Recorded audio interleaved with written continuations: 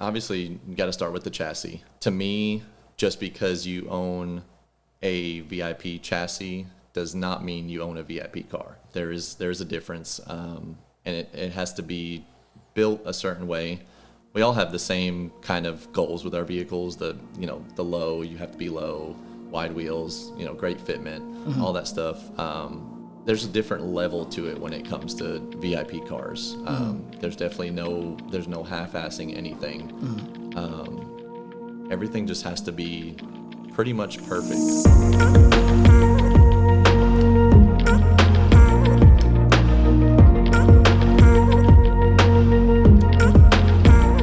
Yo, what's going on, guys? Welcome to Substance Podcast. I'm your host, Liam. And I'm your other host, Matt. And this week's episode, we do have a guest with us. We have Mr. Lucas Ferretti. I feel like I sound really British when I say your last name.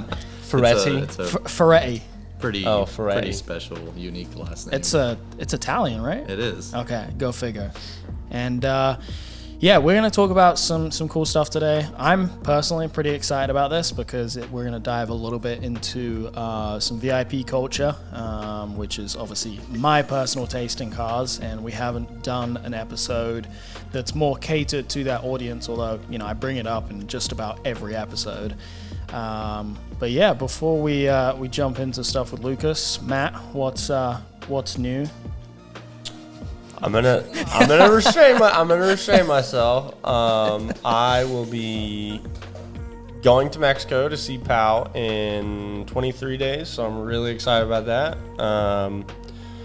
I just got lowering equipment for the TSX. I've never heard anybody say lowering equipment. I'm trying to avoid saying anything but coilovers. Matt, you can just say if I say equipment, they'll be like, maybe it's coilovers, maybe he's cutting the springs, maybe he's using washers. We don't know. Lowering equipment could literally be you're zip tying the springs together. Exactly. I like to keep the mystery going. So okay. Liam ruined it. Yes, I got lowering springs and spacers for the Accord. I'm going to keep it on stock wheels for now. I say that like it's a choice. It's not a choice. I only had enough for that lowering equipment right now. But I'm pretty stoked on that. Wait, you should mention why. Because Riverside, Matt had some leftover stickers from from Not Fast forever ago. Oh, yeah. Shout out to everybody that got a Not Fast anything because y'all paid for that. So He's right. I appreciate you guys. I say Matt's been tied up with stuff, and so hasn't been able to do anything with his car. And I know he really wants to, and so we sold some Not Fast stuff. Thanks at to the booth. You guys. You directly led to my lowering equipment, so I appreciate that a lot. But yeah, I'm really excited about that. Other than that, man, it's just same as usual. I'm just super grateful for where I'm at, what I got, who I got, and the only thing I will say outside of that is I'm sorry in advance because spring hates me. And not lowering springs, no, season spring. Like the season of spring absolutely hates me because it's like in the very beginning, as I'm sure you all remember, it was like my nose, and it would just block up the top half of my head. Well, now we're in phase 2, where it goes straight to my eyeballs. But so if you see Matt crying on here, it's not because he cares or he's actually emotional. It's just because he can't breathe. Me, as an empath, has allergies. But yeah, so I apologize in advance once again for any sniffling, coughing that may or may not sound like I'm dying. Just any other unpleasant sound that goes along with that, this is me apologizing in advance. But yes. And if you guys want to see him suffering, you can go to the YouTube and watch this as opposed to Spotify or Apple Podcasts. But if you guys are on Spotify or Apple Podcasts, please go give us 5 stars. You'll get the Matt's Allergies ASMR, don't worry. Yeah, it'll be great. But new stuff for me, there's not a whole lot. I've been really busy since Riverside, just dealing with a bunch of bullshit. But thankfully, a lot of that is dealt with now, and I'm kind of just excited for the stuff moving forward with Substance and some new opportunities that I have coming up that I can't talk on just yet. But tomorrow, or actually, it's after when you guys are listening to this. But Saturday this weekend is a Radwood event in Chattanooga. And for any of you guys that aren't familiar, Radwood is basically like, it's a 80s, 90s period car show, where people are encouraged to dress up to match that period or that era. And I'm super pumped. I'm going to take the Majesta.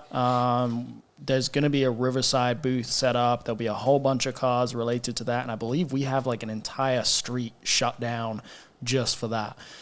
So it should be a different, change of pace. I've been so used to going to very specific car shows for such a long time. Like, I'm really excited about this kind of just being more chill and like different cars, and also getting to like dress up with your friends is super fun. So I'm pretty pumped on that. And Matt's coming because you're not working tomorrow now, which is great. Yes, correct. I basically destroyed myself and my body today in order to do what I needed to do to not work tomorrow. So I'm pretty excited for that. Yeah, but really quick, are you temperature-wise, are you good? Because I'm somebody that like prefers hot, and I'm hot as shit. I'm good. You sure? Really good. Okay. Let us know. Let us know if like for anybody that isn't watching, Lucas is in a hoodie, and this is I don't know if we mentioned it in the last episode, but this is something that me and Matt did not consider. Through the winter, it was like decently cold in here. We didn't expect, I don't know why we didn't expect it, but it gets hot in the summer. But also, Lucas is also a hard motherfucker because he drinks NyQuil like from the bottle. Oh my god! He doesn't take it in pills. He just like, what? Man, I got this. Look. But yeah, it's a little warm in here, so we got a fan going. So I apologize if you guys can hear that. And it's not the ideal setup, which I feel like we say that every single episode. But anyways, hey Liam, how do you feel about this table and these chairs? Do not get me started. I will say it is pretty dope just seeing the LS right in front of us. That does add like an element. We get of like interest. distracted by it sometimes. Oh, I like, do. We'll just go into like this dream sequence. Like, man, can you? Oh fuck, we're on the podcast. Well, especially me, because like those wheels specifically, like I've dreamt about having those. It just like on a car. puts you in a daze. Oh, it really does. Like I'm staring at those wheels They're like beautiful. 60% of this, But yeah, it is nice. It does add an element of interest, I guess, because the rest of the garage is just like a pile of everything. So if you're on YouTube, when you think that Liam is like enamored with you and he's staring into the camera, he's actually just looking at the car. I'm staring slightly below the camera. Sorry to burst your bubble if you like want Liam to be in love with you, but it's the car, it's not you. If you do want me to be in love with you, though, my Instagram DMs are open. I'm just kidding. They're not. Please don't. Come second after the LS. Yeah, exactly.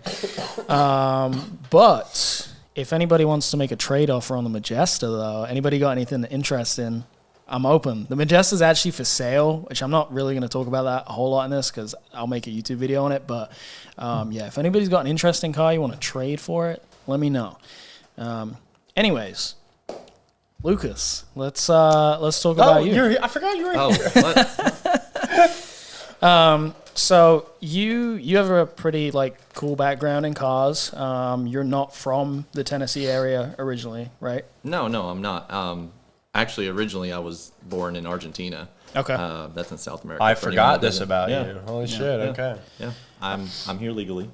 That's I mean, you have to say that It's because good, you're on a it's good. podcast. Yeah, exactly. So, but yeah, so I was born in Argentina, moved to this country pretty young, and I spent most of my life in New York City, in the Bronx, to be more specific. That's actually sick, and I really yo. oh no, I really want to hope that has like played a part in your like style and take on cars, because I grew up listening to a lot of music from New York. That's always been my genre of music. That like if everybody, that argument where it's like Tupac or Biggie, Right. I'm always Biggie, Right. and I have just grown up obsessed with gangster culture. Yes, I don't look like it, blah blah blah, but like neither do I. That's Yeah, why I'm in an Acura, because I'm from Atlanta, and Ludacris, he's got that legend. So I was like, That's fair. TSX, close enough. But no, like I wanna say that I Not have really. had a lot of influence, I think, from hip hop culture into my taste in cars and why I really like VIP cars. Yeah, I don't know if that's ever like played a part for you. And it's funny to think about because it's actually very true. I mean, granted, it's not, the styling isn't what you're used to as far as when you think of rap artists. Right. I mean, you don't see a cambered out LS and a but the rap chassis video. in particular. Yes. A lot of rappers in the 90s had, GSs when they came out, first gen GSs, and just all that stuff. I mean, just it's pretty cool. A lot of album covers. Yep. You can still find pictures to this day of Jay-Z and Biggie with first gen GSs. And Yep. so well, and also just the idea of having a big body Right. is that phrase is name dropped in hip hop culture all of the time, and I think just having big luxury sedans has played like such a big part in that culture. So, yeah, that's definitely cool that you grew up in New York. As a total, this is like, I'm so sorry, but this is a total aside. But I only say this because we've all, at this point, owned right-hand drive like VIP chassis. Whenever I'm listening to like a song and they talk about the foreign, I would be in my Majesta like, are you really though? What side of the car is your steering wheel on? Oh my God. How foreign is it? When did you start getting into cars? Have you always been a car enthusiast? Did you just see something on the street sometime where you're like, that's sick? So I wouldn't even call this a background, but like most people, even to this day, that still collect Hot Wheels and stuff like that. Yeah. That's pretty much where I started. I, weirdly enough, didn't care for Hot Wheels when I was little. Yeah. I actually had model cars like that you actually would display in cases. The ones that you like build. Like yeah. stuff like that, which I actually got into because of my uncle when I was younger. That was something he would give me every year during Christmas. I didn't see him much, but once a year when I did see him at Christmas, that's what he would bring me. A die-cast. Was a die-cast vehicle. And that's what got me started. I was probably 6 or 7 years old. Yeah. And at that point, I was already living in New York. But yeah, that's how I started.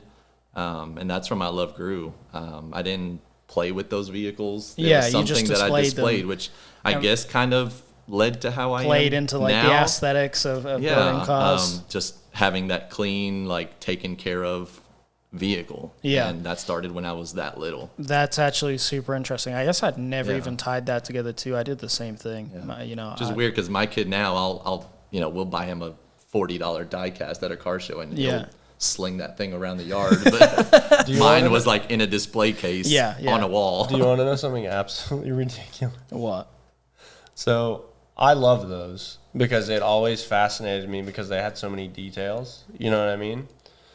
I had 2 of those when I was growing up. One of them was a burnt orange, first generation Ford Explorer Sport Track. What? I do not know. Did you pick why. that out or did your parents pick that out? I have no idea. I have no memory Just showed up at your house. of the details. I just specifically remember because I used to like play with it too. You know what I mean? I don't remember how like young I was, but I just remember like specifically this fucking burnt orange sport track, and I'm like, of all the fucking cars, what the fuck? So I've honestly, there's been a little part of my brain waiting to say that on this podcast for some reason. Someone's gonna There find was my opportunity. There it was. Somebody's gonna find one and be like, I'm gonna buy that for Matt, and that'll be really funny. In like 6 episodes time, we're like, hey, somebody actually bought an Explorer. If you buy it and you just want to like give it to me, that would be awesome, and I'd be very appreciative. I would turn around and get lowering equipment with the money for selling it, and it wouldn't be, I wouldn't turn around and flip it. I wouldn't turn around and flip it because fuck you, because it's the opposite of that. You went and got me a burnt orange Ford Explorer, a sport track, but I want to lower the TSX more than I want to drive a burnt orange Ford Explorer. Okay, so from diecast stuff and that kind of piquing your interest and just like having a natural thing for taking care of stuff. Right. When did you actually start like noticing cars or like seeing that, modifying cars was a thing? Like when did your brain like catch onto that? Did you have a driver's license at that point? No, I was always headed in that direction since I was little, from those die-cast cars, and I had this weird thing that I kind of took pride in as a kid, where I would kind of know what vehicle what a car was just by it driving down the street, and I was able to I was the same call way. out the make and model of it at I think 8, all 10 car years guys old. are, yeah. And it was just this weird thing that I just took pride in as a kid, and I thought was super cool to myself. Yeah. Being able to just low key, it is pretty fucking cool. just by seeing a tail light or something like that, like you could specify what that car was. Yeah, yeah. And that's kind of how I grew into that stuff. And obviously New York is a great place to get into the car scene. Is it? I'm very curious about that. I was actually about to pair it because you say that, and then I'm like, do people actually like drive in New York? Like people that live, like where you live? You lived in the Bronx, Right. Like, did your family have a car? That's actually a really good question. We always had one vehicle as a family. We were a family, me, my dad, and my 2 other brothers. We had one car. Most of the stuff we didn't require a vehicle, but my parents worked outside of the city at times, so they needed a vehicle to get to where they needed to go for work. But we, as far as us kids, we took public transportation for everything, bus, trains. So yeah, we did have a vehicle. It definitely wasn't driven a whole lot, but we had Fair one. enough. Yeah, I mean, just from, outside perspective looking in, like anytime I've been to New York, I'm like, fuck this. I'd never drive here. It'd be awful. There's tons of people that don't own vehicles. Yeah. I mean, if it's something that you can get away with, then the public transport's so good. Like the subway systems are incredible. That's one of my favorite things about both London and New York, is just being able to get around. It's so easy. Oh yeah, and it's nothing for anyone. I mean, even us as kids, we did that kind of stuff on our own. Yeah, we didn't need of course. parents to get on the bus to go to school or anything like that. We just kind of did it on our own. Yeah. I feel like a lot of kids grow up a lot earlier in places like that, because you have to just figure it out. You're like, you need to get to school.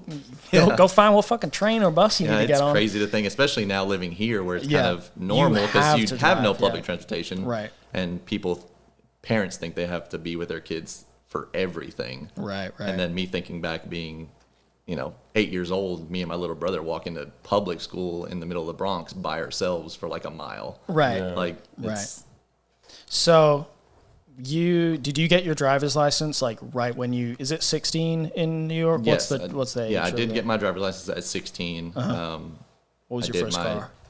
So my first car I didn't own until a couple of years later. I would just drive my dad's car, obviously money wise. Which, I mean, a lot of people do. I kind of did the same thing too. My first car was actually a 1999 Mitsubishi Eclipse. Okay. Fuck yeah, especially at that time, that shit was the move. Yeah, so that was my first vehicle. Wasn't really what I was looking for. It was still cool because of the time that I grew up in was, especially in the car scene, was a big tuner. Yeah. Well, I mean, phase it was of that. right in the middle of like Fast and Furious movies. Actually, and all that even stuff. before that was. I sound super old right now. Well, okay, let's put it out. How old are you?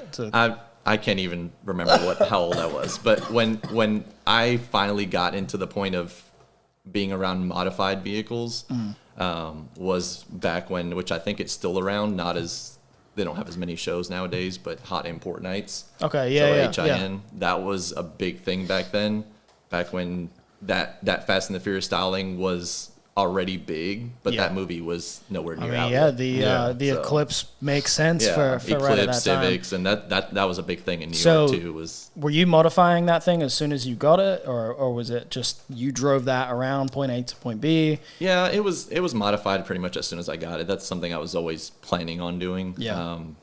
Obviously at whatever age I was definitely broke at that time. So it was more of a lowering springs, wheels, exhaust, kind of clean the car up a little bit. Equipment. Yeah. Oh yeah, lowering equipment. Kept a bottle of NyQuil in the box.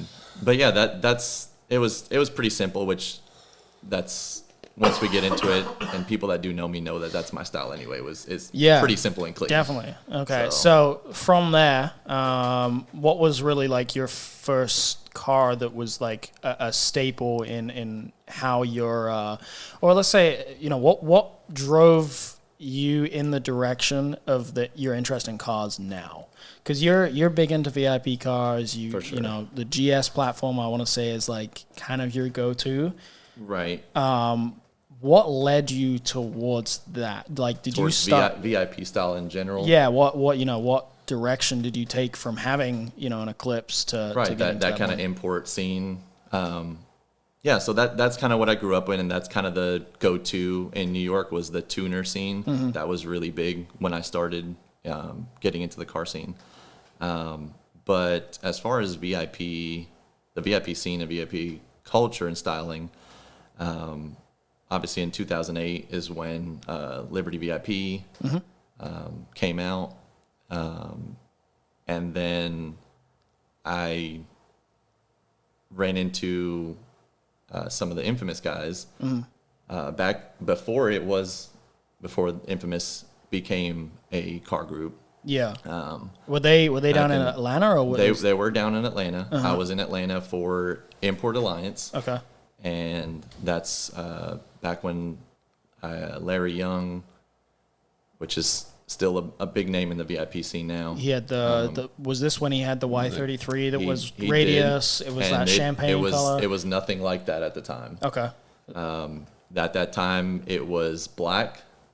I'm assuming on coilovers at the time and wheels. That was about it. Just simple, like right up your street then? Yeah, it was super simple back then. What year was this? Is this, you're saying 08 or are you saying after 08? I want to say this was definitely after 08. Okay. Because I didn't live in New York at the time. That's after I moved down to Tennessee. What was the reason for the move down this direction? It's not car related at all. It was for school. Yeah. So when I was applying for colleges and all that stuff, I ended up finding a school down here in Cleveland, and ended up moving down here, just away from anything. Didn't Just have liked it here, so you ended up no, saying? no family. This is a really loaded question, but what's better, Tennessee or New York? New York, hands down, is better. Okay. Would I ever move back? That's a question I always get. No, I would never move back. Chattanooga specifically is actually a really good kind of middle ground. See, that's what I was thinking coming from Atlanta. Yeah, like, it's What do you think about Chattanooga that makes it a middle ground for New York? okay. So I guess coming from New York, and I don't know if it might be different coming from Atlanta because you still are close. One thing, really quick, and this has nothing.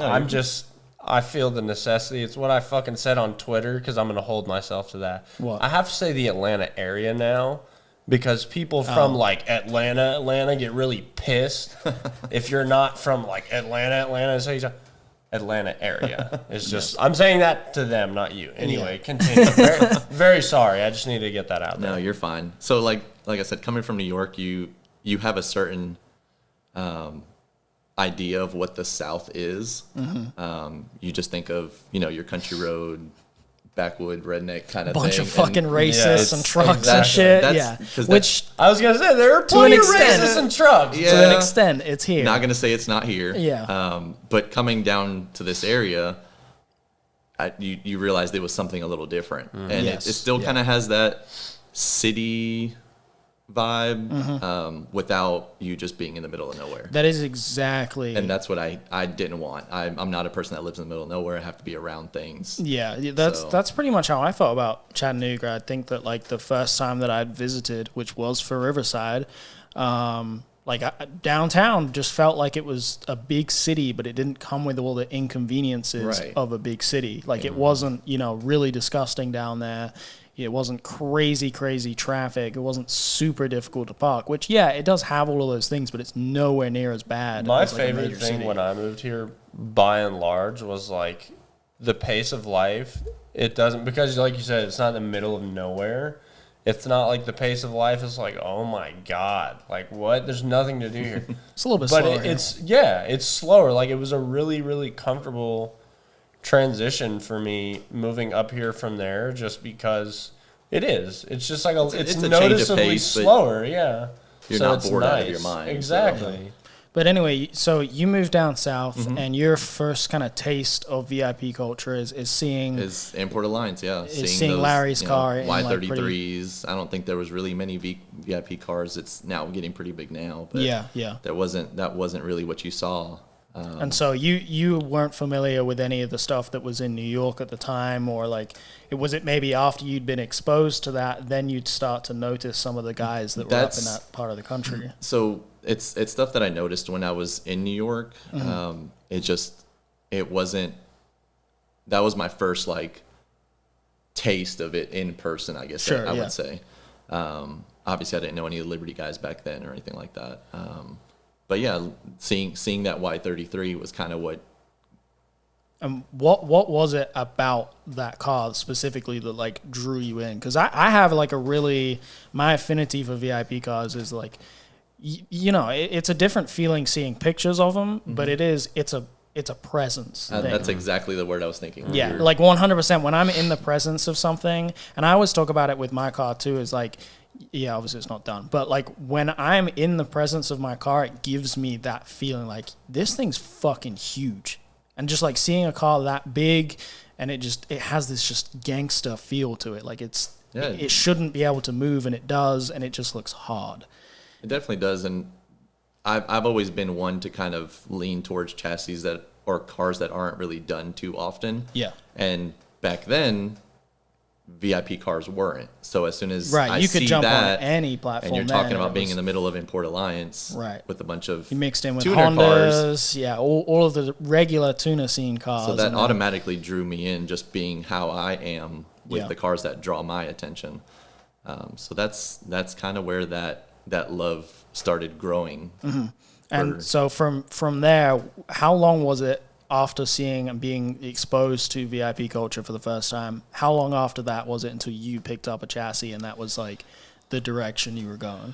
It took a while. I built a couple, probably, I don't even want to say a couple. It might have just been one car before I even bought a chassis that I considered to be VIP. Mm-hmm. I don't even know how many years it actually was. It was, I would say, probably 5 years or so. Okay. And that's still with me being exposed to that and learning everything I could. Yeah. I was going to say, that's probably the big chunk of it, or at least it was for me. Yeah, it definitely wasn't something I was like, I want that, went and bought one and started from there. Right. It was me building cars that weren't VIP while still gaining all that knowledge. Right. And I'm assuming just because of how your style is and that you like simple and clean cars, some of the cars that you were building may have been kind of tailored more towards that direction. Or what were you building at that time before that? What I ended up after having that Eclipse was a G35 coupe. Okay. So not VIP. Obviously still considered a luxury vehicle at the time. I don't remember what year it was. It is always funny to think of those as a luxury car. Yeah, back then, yeah. Well, that's what's so fucked up is, I mean, like, honestly, like, they're good cars. They were and they are. They've just been so, like, trash canned by absolute clowns. Like, it's hard to see them. Don't call Lucas a clown. In that same way. Shut the fuck up. No, you both knew exactly what I was talking about. VQ but like, boys. Well, and it's like, that's the thing, too. VQs are great engines, and when you have good exhaust on them, they sound fucking incredible. Yeah. That's just the key, is the good exhaust, as opposed to just... Don't even make the noise. Don't do it. Straight piping it with a bubble tune. Yeah. Looking at you guys. Yeah, it's different now. And that G35 was super clean. Like I said, that's my style. So... That feels like a pretty good middle ground, though, honestly. Kind of transitioning from, like, where you were at into VIP cars. Because that's honestly, not for nothing, that's kind of what we were talking about. It was just, for example, with the TSX, where it's kind of like you have, like, this equal, like, sportiness, refined kind of deal. It's not completely in one direction or the other. So. Right. Yeah, no, that makes a lot of sense. And so how was your G35 set up then? Was it like a simple coilovers and wheels? It was just like that's like I said, I'm a pretty simple person. It had lip kit on it, wheels, nothing special. It was on reps at the time. So we all start somewhere. Oh, absolutely. And it had a really good name brand exhaust from Japan, so it sounded pretty good. That's all I need to know. You're good. Yeah. You're good. Yeah, passed. it wasn't That's straight all I pipe. need to know. Yeah. But yeah, it was pretty simple, and I had that for a couple of years. Still, actually, my next vehicle wasn't even a VIP car at that point either. I had which I don't even know if you remember it. What? I had a 2011 Scion TC. I do remember that was actually. cement gray, and it Yeah. was shit. bagged. That's As a kind of matter of fact, that's the car that you This- had when we first met. This is the first I'm hearing Yeah. of Yeah. a TC. It was fucking sweet, dude. yeah. Holy So- fuck. That's so weird because I just totally forgot about that because now you've had like VIP chassis for so long. Yeah, and That I thing think- was fucking killer. I think dude. people think of a certain vehicle or a couple of vehicles when they They think of me, I associate guess. people So, with a car. yeah, but that's what I had. Yeah, I had it was like a newer gen Scion TC, and that's kind of where I started to. Weirdly enough, it opposite direction of the G35, but that's where I started to add those VIP styling touches to it, Okay. wheels and all that stuff. I started, building my own 3-piece wheels, Yeah. all that stuff. That's kind of The car that you probably experimented on a I bunch. experiment Yeah. on it. As a total, I really should. I'm so sorry. As a total aside, I was looking at a newer Gen TC, and you looked at the car all the time, so you probably noticed. Those headlights are not like the exact same, but those headlights look so much like the Mark X headlights. Yeah. Oh yeah, they do. When it like connected in my brain, I was like, that is so fucking cool. Yeah, I think that's at the point where Toyota probably started doing a lot more modern styling. Yeah. Because even if you look at, say, my GS, my newer GS that's outside, that it has that look. Yeah. Where it looks a lot like the Mark X. And Yeah, I should not have interrupted you to say Oh, no, that, you're but fine. like I just saw one in traffic the other day because I mean honestly, like I was not big on the first gens. Like I'll just be upfront with you, but like the second gens were honestly pretty slept on. Like I think the body lines are really hit or miss for a lot of people just because the C pillar goes back really far. But like especially the ones that came with like TRD kits and shit, they're cool. Yeah. And so once I like connected that they have like Mark X looking headlights, I'm like, fuck, I'm sold now, dude. Fuck. yeah, mine actually had I had a TRD kit on my non-TRD Yeah. TC. But yeah, that's where I went to kind of experiment Yeah. on vehicles. And then after that came the first generation GS. Yes, after that. So after that came the first generation GS. I started finally looking at platforms that I could build in that VIP style. And I didn't before just because it was me trying to kind of have a middle ground of a car that I could modify that was still a good daily because it was my Yeah. only vehicle. And also, I don't know how old you were at the time, but like when you're young, you kind of lean a little bit more towards like, what can I get that's going to be really fun to drive? So I feel like the TC probably ticked a little bit more boxes. it wasn't really fun to drive, but like I said, it was that middle ground of like I need something reliable. Yeah. That I can, like I said, it was my only vehicle. I've only ever had one vehicle at a time until I got that GS. But like I said, I just want to make sure I had something that I can modify, that I could still drive every day. Yeah, Wasn't going to absolutely. break down on me all the time. And obviously, the VIP chassis were a little older. So that's my explanation as to why I didn't start from the jump. Yeah. But even in that, the first generation GS or Aristo is still an underrated chassis. It definitely even today. is. That car is ugly. I don't even think it is. I don't think it is. It looks really spaceshipy. But it's a for weird me, shape. For me personally, that's kind of like my style. So maybe my bias just completely disqualifies me from. And I think that's what drew it to me but as well. Like I said, I'm drawn to cars that are out of the ordinary. Yeah. So that was, and if we're bringing it back to the whole New York thing, that was a staple chassis for a lot of rappers, was that 147 chassis. So. Yeah, absolutely. And I think that the second generation GS is like far and beyond way uglier than the first gen. And Which one's the second gen? the circle headlights. Oh, okay. The one that the looks four like fucking headlights in the front. The one You that think looks it's like ugly? it looks like Stitch from Lilo and Stitch. It does. but Yo, I don't dude. think they're ugly, but I can kind of see what you're saying. I though. really That's fun. like the chassis. Yes, I think that they're ugly, like speaking objectively. Like if you're like, explain why this is beautiful, I couldn't tell you. Yeah. But though, like, the potential that those have is insane. Like, there's so much aftermarket support for second-gen GSs. Well, that's what's funny is, like, the first gen, like I said, it's just, like, really spaceship looking. It like, definitely it's is. like... It was designed differently. So that first-gen GS wasn't... It was designed in Italy. Mm-hmm. So it was designed on kind of being like those Italian cars. Well, it's a lot more rounded and smooth. That's why I think it looks different than what you're used to as far as looking at a Japanese vehicle. Yeah, but I mean, it's kind of similar to how the Majesta is. Mm-hmm. It's that bubbly shape, very smooth, and that's just kind of the direction that they were in that era. It's still so weird to me that they're on the same chassis, but they're so different in size. Oh yeah. But so you got the first generation GS. Right. Was it black? It was black. Okay. I knew that was the chassis that I wanted to build for my first VIP car. So I did a search. Obviously, those things, if anybody's looked for one, they're extremely rare. Yeah, just finding the car is hard enough as it is. Yeah, and if you do find one, they're probably trashed. Mm-hmm. So I wanted to obviously have a good base for a vehicle. I ended up finding that car in Ohio, and called the dealership up.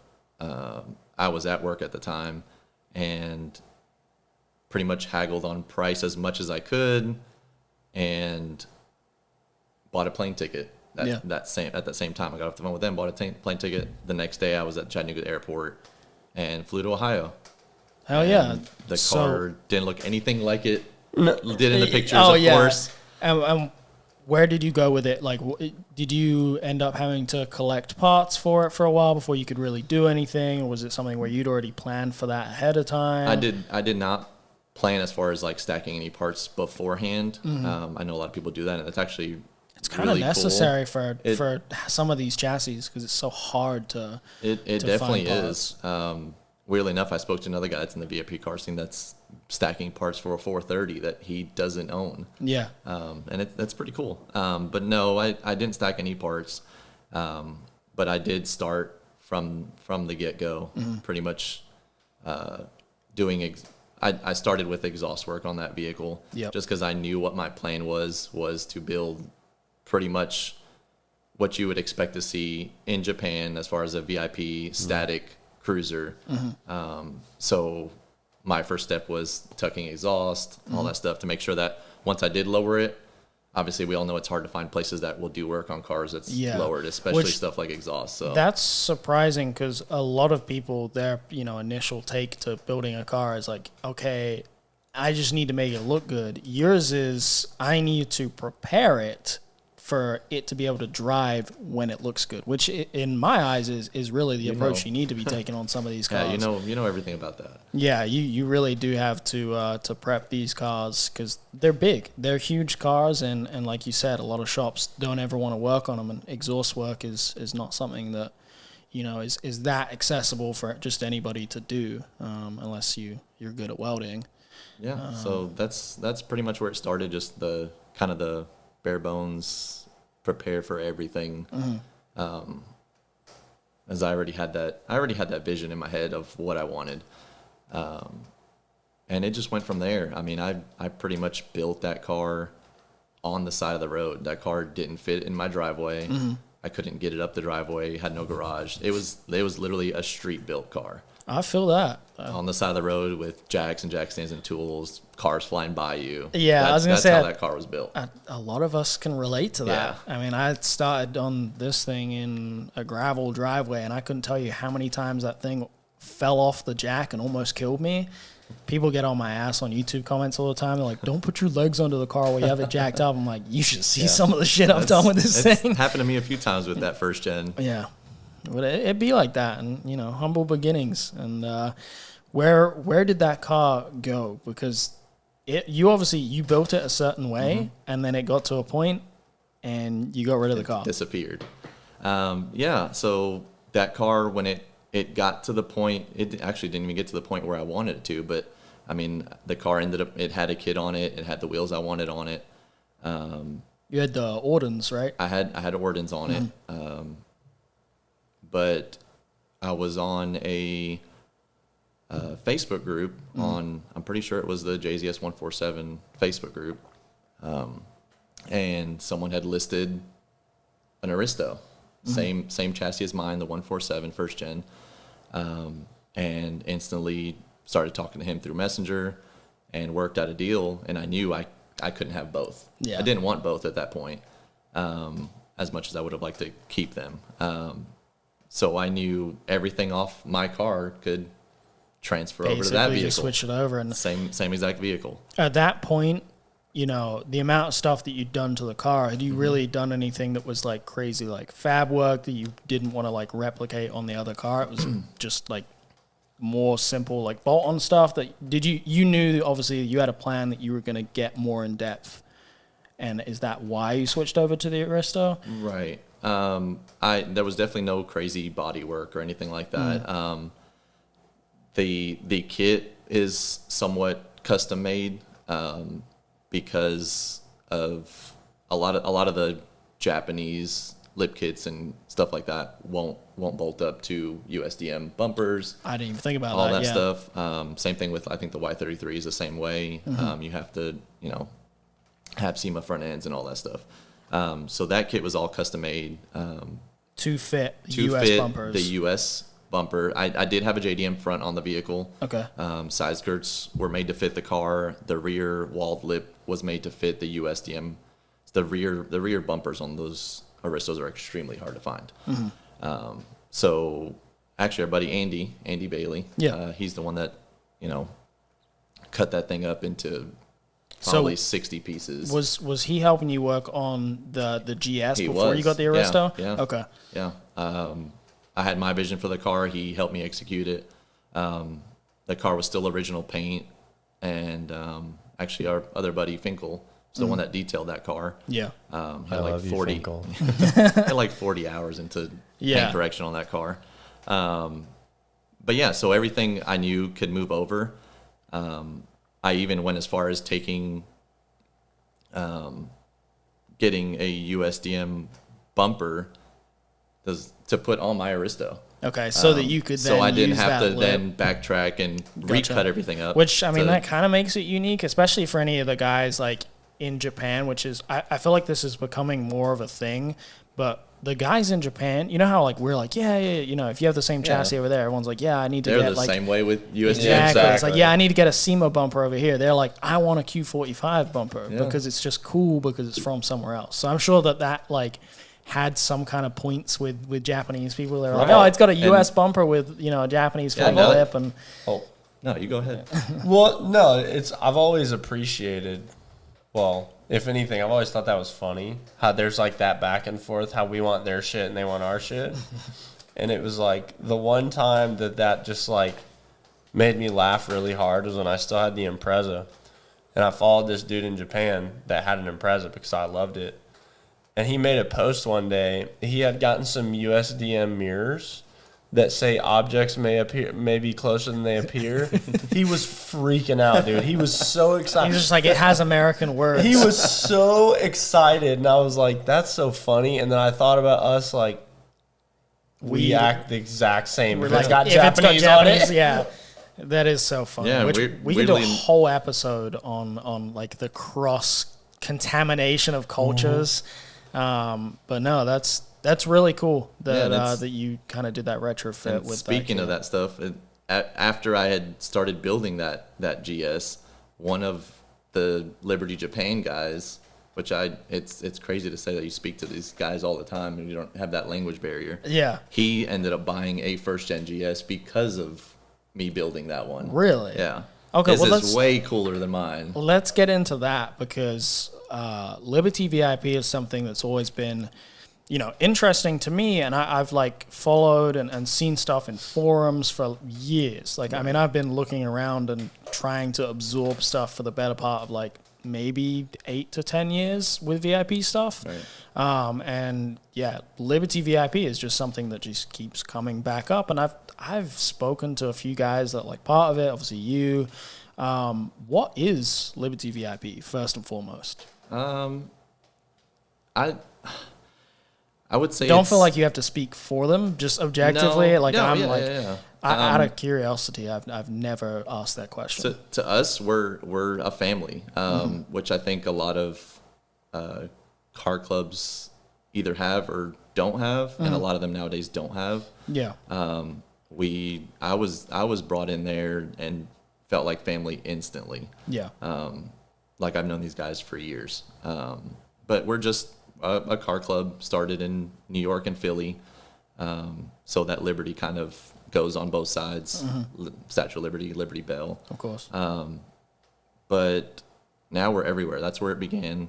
And the guys that I interact with a lot are guys in the Southeast. Sure, yeah.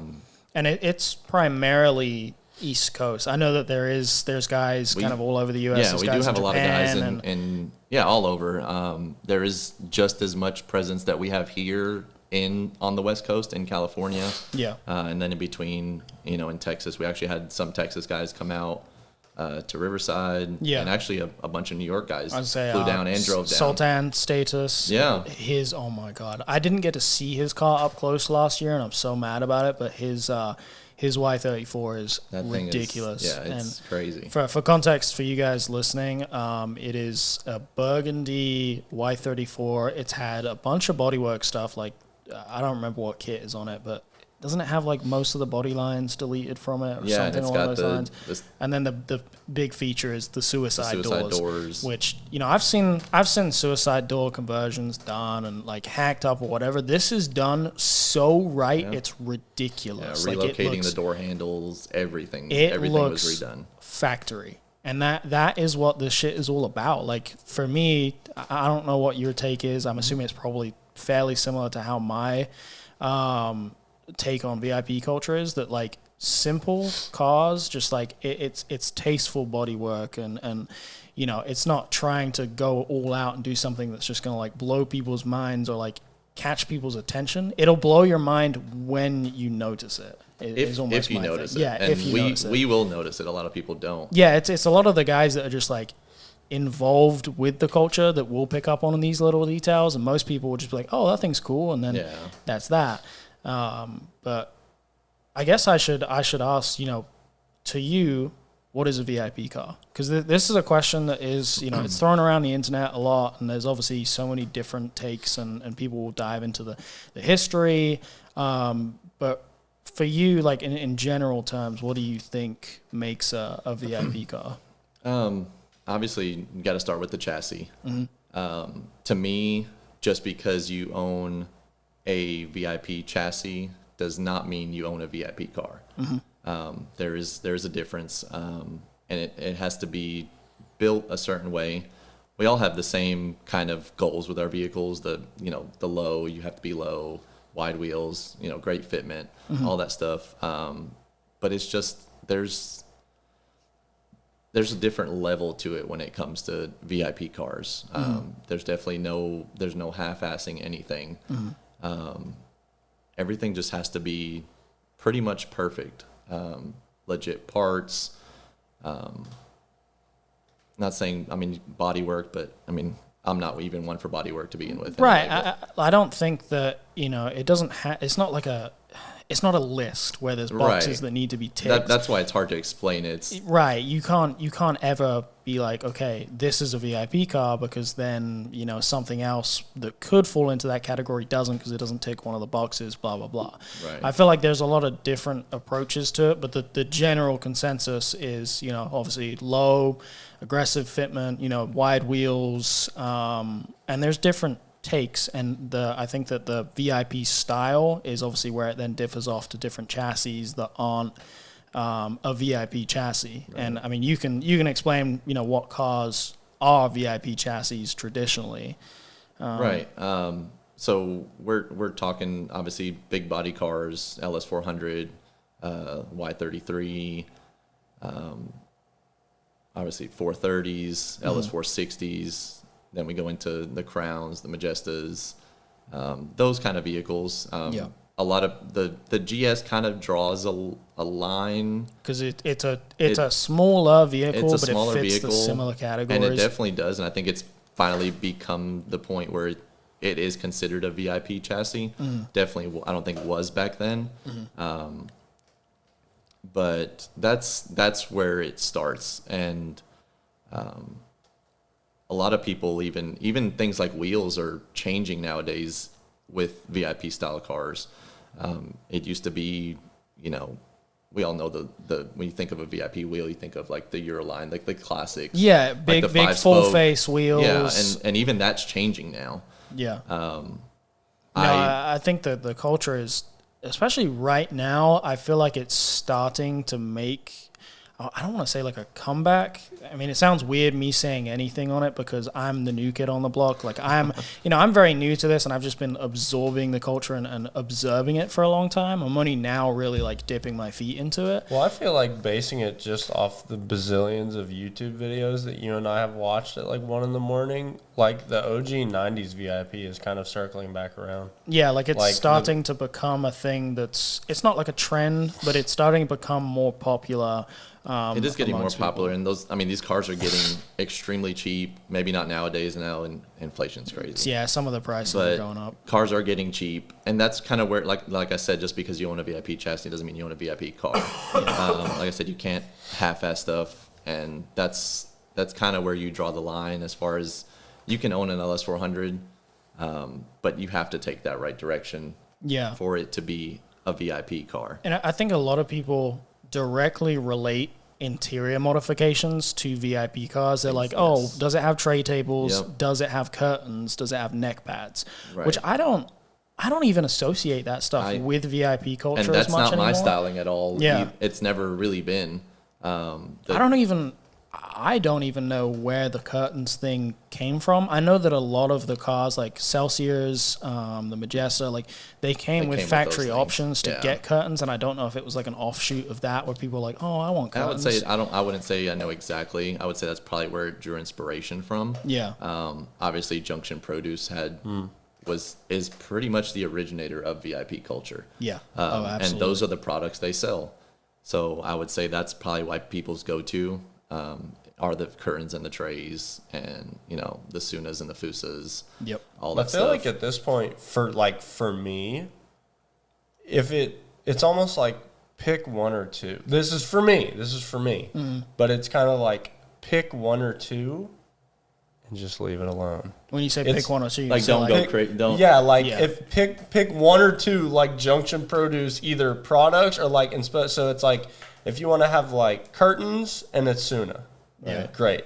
If you want to have like a Suna and a tray, great. Right. But don't have like a Suna, a tray, back tray. There are a lot of people who have the full Junction Produce line in their vehicle. It's like for me, just as an individual, like that becomes too much. I have a similar take on that too. Like I've definitely just from being around and like seeing stuff, my approach to like doing interior has always been like, is this actually usable? Like I think that there is a level where you just start like mounting things in there and accessories where it's just like, all right, this is excessive. Like nobody that would actually ride in the back of this would use it.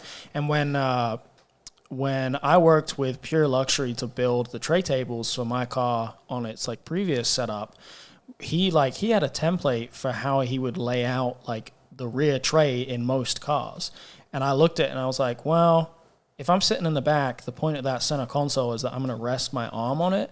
I want to make sure that like my arm can rest and like I could put my hand on a drink that's right there. Like it ergonomically makes sense. He's like, I hadn't thought about it like that. And I was like, I mean, I just want it to make sense. If someone sits in there, I don't want it to be like, oh, yeah, this is how I get my fucking bottle of Ciroc. Like I was like, at some point, it's just an attention grabber. Yeah, and they're really cool. Like there's a lot of these guys that do really, really crazy interior stuff. Just my take has always been try to keep it somewhat simple. That's our style. If that's your style, that's great. Yeah, none of it's like right or wrong. It's like, hey, if you have too many tray tables, it's not a VIP car. Well, see, anymore. and what's funny though, because you mentioned it, like again, for me, it's on the completely other side of the spectrum. Like, if you have basically a whole catalog of shit, I mean, that makes it pretty cool. All of a sudden, I'm interested again because, like, you took the time and pursued the whole catalog. You know what I mean? I definitely agree with that, especially with like a Junction Produce thing too, just because they have offered so many different products over the years.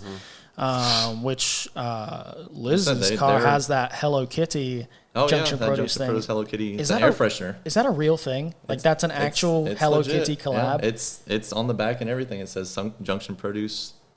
Hello Kitty. I'm just like I want to see the email exchange from them being like, "Hey, we want to do a Hello Kitty collab." Just that, what a strange thing. That's just I have no idea where that originated from, but I mean, yeah, they have Hello Kitty dolls and everything, black Hello Kitty dolls. I mean, it's nuts. It's wild, yeah. But it really does give a perspective to how big VIP culture was in Japan, like back in the early 2000s or the late 90s. Right. Like these cars back then were brand new. They were really expensive. And I mean, me and Matt will sit down and watch videos from these car meets. And these were meets. They weren't shows. They were I think meets. that's what's so cool about like that style back then is they were brand new, but like in the way that they styled them, that was taken into account. They were never like obscenely low. Like no, they filled the arches with bigger wheels. Like so, you know, you had these brand new cars, but they weren't like, yeah, it's brand new, but let's just go destroy it. It's like, no, let's make it look good, and we can fill that wheel arch that a lot of people now will fill with being low. Yeah. With like 19, 20s, 21s. And they still had to be usable back then. Exactly, I mean, exactly. If people ever look into that, like, origins of VIP cars, I mean, they were essentially used by the Yakuza. Yeah, that's something that has been, it's been a little bit back and forth, at least from what I've heard in my like research into it. And this is why I've never done like an episode on like VIP culture, because I never want to be like, okay, this is where it came from, blah blah blah. I've definitely had quite a few people correct me on the Yakuza thing, because I've said it in a video before. I've been like, yeah, originally it was like the Yakuza wanted to do this, but I think that there's a bunch of different offshoots that it has evolved into what the culture is. But yeah, I think the Yakuza did play a part in that. That like, I think they wanted cars that weren't super flashy and they could still express themselves I think with. That was the thing that I've heard is like, and honestly, this story that I've heard puts Junction Produce in like an even bigger role, because it sounds like the Yakuza were like changing it up, and so they wanted like the more like low key executive sedans or whatever. So they were doing that, but they weren't very much, if at all, it sounds like modifying them. But at that point, like these early VIP companies, I don't know if it like Junction Produce was like the first one, but obviously that's the first name that we all think of, and there's a reason for that. But I think at that point, it kind of, that's when that style started to develop, because all of a sudden it goes from like, oh, Yakuza's in there, they're gangsters, that's gangsters. Which goes right back to the start of this conversation. And then that's when they moved in to start modifying them. And then from there, I feel like it started growing. Talking about, you know, my influences on my attraction to VIP cars. There it is, that full circle moment. Exactly. It's hip hop and rap videos. Yeah, I like that like gangster appeal, that feeling of it. And it's not because I want to act like I'm hard or I want to kill people or whatever. It's just, it's that emotion that it gives you is fucking dope. And I think that maybe that's how it was back then too, was that they saw, you know, a certain demographic of people that are like associated with stuff that's cool. And then it just takes over. It's like, all right, I want to do that. And I'm just sitting here imagining you in the LS, like, man, I'm driving the LS. I'm listening to Gangstar. I'm in the mood to kill somebody right now. That would be the worst car to kill anybody in. I'd fucking like put a gun out the window and drop it. Well, then you couldn't get away. Like you do it, and then you get beached on something. You start having to run. Oh my god. The guy's rolling around on the floor because I just put like a bullet through his leg because I missed, and then I'm pulling boards out to try and get my car unstuck. Yeah, it just wouldn't work. Honestly, this is interesting. So it had nothing to do with VIP. It actually had to do with like Kaido and like Busazoku and shit. But in our Discord, there was a like a post that was correction of something I said, which I was just so excited about that somebody corrected me about something that I like thought I knew, and he was able to be like, hey man, this is actually what happened, and I have sources, right? And so, but it's interesting because like that's something that I'm interested in like being more adept at, is kind of like being able to look into stuff like the stories of the origins of the various subcultures in Japan, but be able to like cross-reference shit. Because it's like, what was super weird about that thing happening with you know, his explanation is I thought about it for a little too long, and I'm like, how do we know the story for anything? How do we know the story for anything? But it's like, with the VIP stuff, like, chronologically, it makes sense. Mm-hmm. Like, the fact of the matter is, it did absolutely start, like, at least adjacently with what the Yakuza were doing. Right. And then it grew from there. No, it's definitely there's definitely an interesting part of history just to do with all of it that I'm, you know, if there is anybody out there that would consider themselves, you know, a history buff or knows a lot more on the subject, I would be really interested to pick somebody's brain and maybe even have somebody on the episode where we can specifically talk about the history of VIP culture. But I do want to bring it back to, you know, more nowadays and some of the stuff that you have going on. You mentioned a little bit about wheels, about how the direction has changed. You know, back in the day, it was more, you know, full face, the fat 5 spokes. What kind of direction do you think it has gone in now? And like, what kind of wheels are you seeing on cars that fit, that make sense for VIP chassis now? Right. It's kind of taken the direction, and I think it's also still obviously we always inspired by stuff that's going on in Japan. And even a lot of the wheel brands designs that they make now is more of a sportier wheel, I guess I would call it. Yeah, more motorsports for inspired. instance, like the wheels I had on you know, I started on my GS, made its way over to the Aristo, was the SSR CB04s. Pretty sporty wheel. Wheels. I still miss them. Yeah. Actually, a guy like 30 minutes from here owns them now. I think, who did I talk to? I know I shot his brother's car because his brother has Koffel's old LS. I shot it. It's on a RC350 now. Yeah, Yep. I was talking to him about the wheels while I was shooting, and I was like, man, I love these wheels. Yeah, He's the like, crazy thing is, I got them from Lucas. I was like, damn, those are sick. yeah, I weirdly enough, the first wheels the first car those wheels were test fitted on was a black RC350. That was my daily back then. They just make sense. Yeah. You know, it's like Tiedemann's go-to wheel. But yeah, they look so good on. You're like totally right. I hadn't really like registered that they really are kind of leaning into the more like subtle motorsport. They definitely are. It's more spokes. It like just in a seems lot to of work in a now. lot of like catalogs and stuff. It didn't really connect for me until you and the said crazy that. thing is it doesn't take anything away from that car being a VIP No, car. not at all. And especially like one of the things that I think is a part of VIP stuff now is big brakes.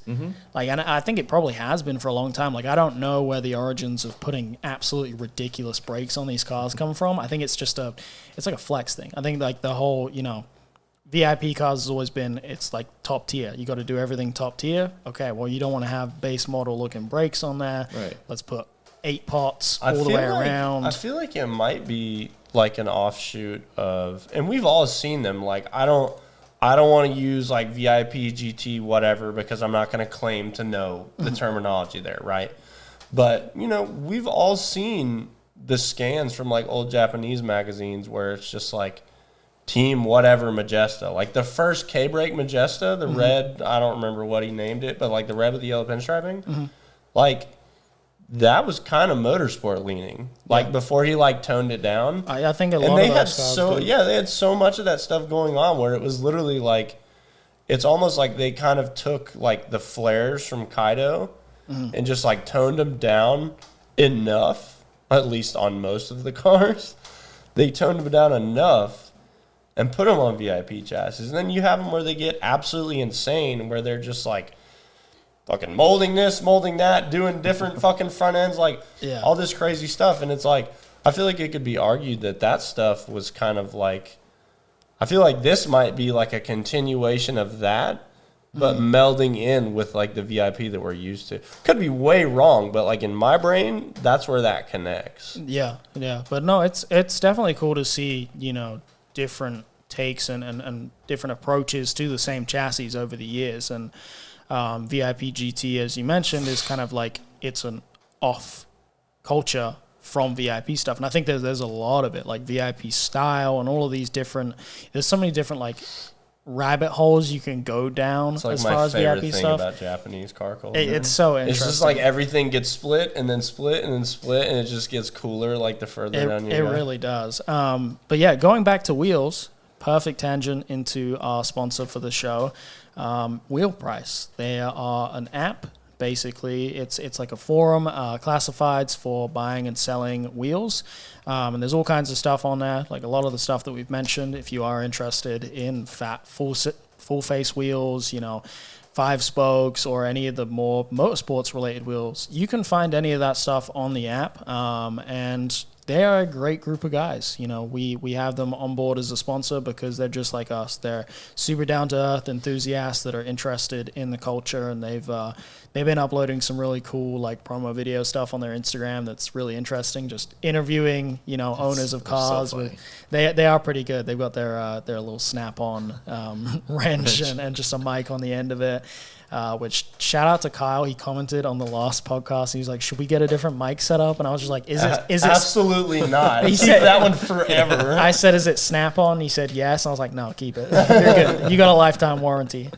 But no, super good group of guys, and we're excited to have them as a sponsor. So if you guys enjoy this show and you want to help support us, and go support them. I'm not gonna go lie. download the app. The whole time you were doing that, I was over here like, what can I do that's edgy, because I'm behind the graphics right now. Well, the last episode, you just like poked around it. Well, see, that's the thing, is my man is the focus right now, so I didn't want to be like, But I was thinking about like flicking off the camera, but I'm like, they're not going to like that very much. But no, go check out Wheel Price. Great group of guys, and the app's super intuitive, and you can find just about anything on there, and it's all over the world. So if you're looking for your next set of wheels, Wheel Price is the place to go. And if you're looking to sell a set of wheels, it's also the place to go. All the links are in the description. So yeah, go check them out and support them because they support us. But yeah, getting back to you, I want to talk more about the Aristo because I feel like we kind of dived off into some more offshoots, which, yeah, that's always how it goes. That's fine. The Aristo, right. You got the Aristo and you've begun the process of switching all of the parts over to the new chassis, which is the same chassis, just the Japanese version. What did you change? What, going from to the new chassis, what was then like the final image? What was the completed project? Kit pretty much, it all stayed the same. Everything, obviously, when it went to the new chassis, all got repaired. Yep. It's all fiberglass. And this was a walled lip kit? It was a mixture. It was a walled silk blaze mix. Okay. Yep. So it definitely wasn't all one brand. I was going to say, Walled has like a very distinct style that I can pick up on. Mm-hmm. The front lip was silk blaze, wasn't it? Yep. Okay, good. Yep, I just had to test myself on that. It still all flowed pretty nicely. Yeah, it did. It's an extremely hard chassis to find anything for. Yeah. Some of the parts were imported. Some were actually the rear lip, with how hard that rear lip is to find. Another guy that owned the chassis, I essentially just like overpaid immensely for that lip. That's kind of how it goes. He didn't want to sell it at all. He had no plans to sell it. I threw out offers. He denied it. Yeah. I threw out a bigger offer. Finally, he caved. Yeah. And that lip was mine. So that's everything went over to the new vehicle. Then just kind of started the process of refining everything. As far as brakes, little small details here and there. And you did a LS460 front brake swap on that thing, Yeah, right? so actually I had a LS400 front brakes on the vehicle which is first. kind of the common swap because it's a bigger than stock upgrade, but it's really and easy. It's just bolts on. Yeah, just minor modifications, bolts right onto the front. And then I did the LS460 front brake swap with ISF rotors. Because the 460 is 5x120. I have no idea why they switch bolt pattern, but yeah, I guess the ISF rotors are the right size, and then the calipers for the 460 are huge. Right. And they look sick. So and that required adapters up front that were custom made also.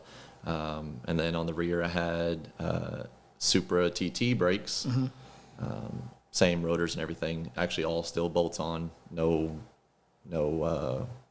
Which is that? brackets or anything. I think that's specific to the GS platform because I don't think you can do the Supra twin turbo rear brakes on the LS, or at least I haven't seen anybody do it. Yeah, I figured that there was a reason for it.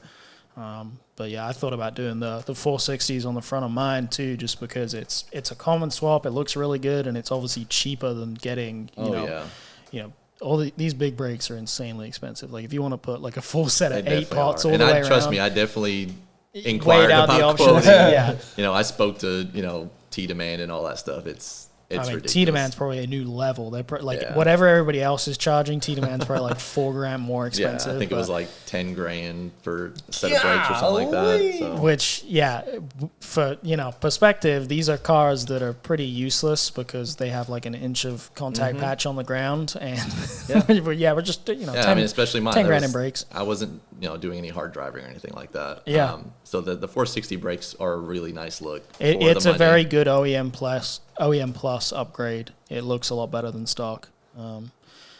So what else on the car? You painted it. The car did get painted. Andy Bailey painted the vehicle. Yep. I helped him with all the body work. This is the first time I've done any body work on any kind of vehicle.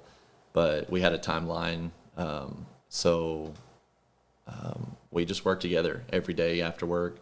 That we were in the shop, sanding that car, doing whatever we needed to do, pulling panels off of it. Every single piece came off that car, door handles, window frame, everything came off that vehicle. Yep. So that was the first time I actually put in that much work into a vehicle, even though I've always built all my vehicles myself. Yeah. But that's a new level of attention. That was definitely to detail. A new level, especially for an old man like me. Building cars. You're really on the side of the not that road. old. Come on. But see, what you guys couldn't see was his canes over there leaning against the wall. Yeah, right next to your NyQuil. Exactly. No, man, you're the one you're a hard motherfucker for that. I'm never doing that ever again. I would rather drink just straight whiskey than that, honestly. Yeah. So once you had the car finished up, painted. That car came out of paint and it came out of Andy's shop, like, I think the day before, like the day of the pre-meet for Riverside. For Riverside, yeah. What year was this? Was this 2019? I'm not good with years. Because 2020 is when it got rescheduled because of COVID. It was 2020, right? It was when Corona happened. Yeah, it was. Okay, so I remember that I don't remember who I was talking to, but you pulled up out in front of like wherever the fuck Bitter is and stuff. Yeah. And it was like, oh shit, it's Lucas's car. I was like, oh shit, it is. I haven't seen that. Oh, okay, yeah, you're right. Because I remember seeing it on the street and being like, man, it's so cool to see this in person. Straight from the shop, straight to the pre-meet. Damn. Because I remember distinctly seeing the car at Simply Clean. Right? Yes. Yeah. I drove that car all the way to Simply Clean. It was like 9 hours or something like that. Yeah. And that was before or after it had gotten repainted? That was before it got painted. Yeah, that's what I thought. Yeah, and it was. So, did you change the color, or was it the same color? It was the exact same color. And it's like a kind of a green. I don't know how to describe it. Yeah, do you have a paint code or whatever it's called? Yeah, I don't remember what the paint code was. It's like a green kind of jade metallic kind of. It's got some blue in there. Yeah, it's a weird color, but it was really pretty, and I didn't. Oh, absolutely. I wasn't going into because of our deadline into the whole painting of the jams and stuff. I didn't want to have a color. Two different colors. In I mean, yeah, it's a good OEM. And I love that too. color. It's a great color, and you don't see a lot of cars in general, let alone VIP cars, in green. Yeah, I was gonna say the majority are. Well, I mean, the majority are going to be black, silver, or white, just because that's kind of how it's always been. But I feel like it's acceptable to have like more subdued colors on VIP cars. I take it you have, just because you've certainly researched that chassis more than I have. But I specifically remember this night when I was still living in the Atlanta area. I was eating somewhere and I walked outside and it was far and away the cleanest first gen GS I've ever seen in my life. Like, it literally looks like somebody bought it and just put it somewhere and then put it in that parking lot. Oh, it's stock? And it was, like split 3-spoke wheels. Like original. Like it was ridiculous. Anyway, it was like a champagne and a brownish. Is that two-tone factory? Do you know? What, champagne top, brown lower? Like brownish. At least it looked brown in the light that I was looking at. I would say no. They did come in like that champagne-y kind of old person car. Yeah. Yeah. But no. But it wasn't two-tone? Okay. Yeah, well then that means they were just fucking, dude, that thing was to the point where that was probably like 2018. I still remember it. It was super clean. Yeah, I've seen anyway. a few clean examples. Obviously, when you own a car, you notice them more. Right. Oh, yeah. And I think there's like maybe one or two here in Chattanooga that are fairly clean, still completely stock.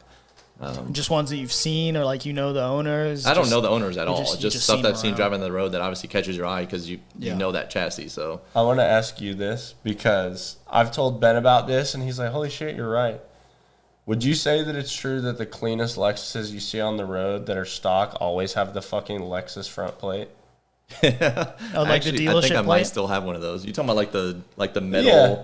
the metal with like the Lexus Yeah. letters on it? Yeah. I swear, That's I fair. swear to God, every like really clean, just stock Lexus that I see, I'll know that it's really clean a mile down the road because they'll have one of those fucking plates on there. Yeah. Came straight at the factory. It's that way. ridiculous, Dealership dude. full. I don't know what I guess it just. I don't They're know. pro- The they're old probably- folks that drive them are like The original owner and They're actually took probably pride in it. So Lexus Exactly. fans, Yeah. so they take it to the dealership every couple of months, get it serviced. It has all to that. be, man. Because Those are the best just like people the to buy Ferrari from. guys that wear the Ferrari hat. exactly, yeah. Yep. Have the Which F1 I jackets. suppose and shit. that's true with Lexus, being that it is a higher luxury brand or off brand of Toyota. Like it does have that kind of following, or probably did. So like people buying those cars brand new probably did treat it the same way as like the guys that buy Ferraris. They buy the hats. And Same all way that we stuff, are. We're yeah. not buying them new, but they're Yeah, we're exactly. treating them just like they are. Right. Okay, so back to the Aristo. Interior stuff. What all did you do with the interior? Because it being an Aristo, it already has it had wool seats. It had the wool seats, so I was completely against changing any of that, doing leather seat covers or anything like that. Preserving the Japanese. That's what I wanted. That original look, just Which with is my. obviously different from how it is in Japan. Like a lot of those guys, because these cars come with wool seats, a lot of the guys in Japan, when they go and do an all-out VIP build, they probably will switch to the leather seat covers because that's what's unique. Over here, if you buy a Japanese chassis and it has the wool seats, you're like, okay, I want to preserve those because that's what's different. Yeah, and that's how it is here. A lot of the cars we get have those leather seats, so Right, it was so- cool to have that car with those wool, and they're extremely comfortable. Oh yeah.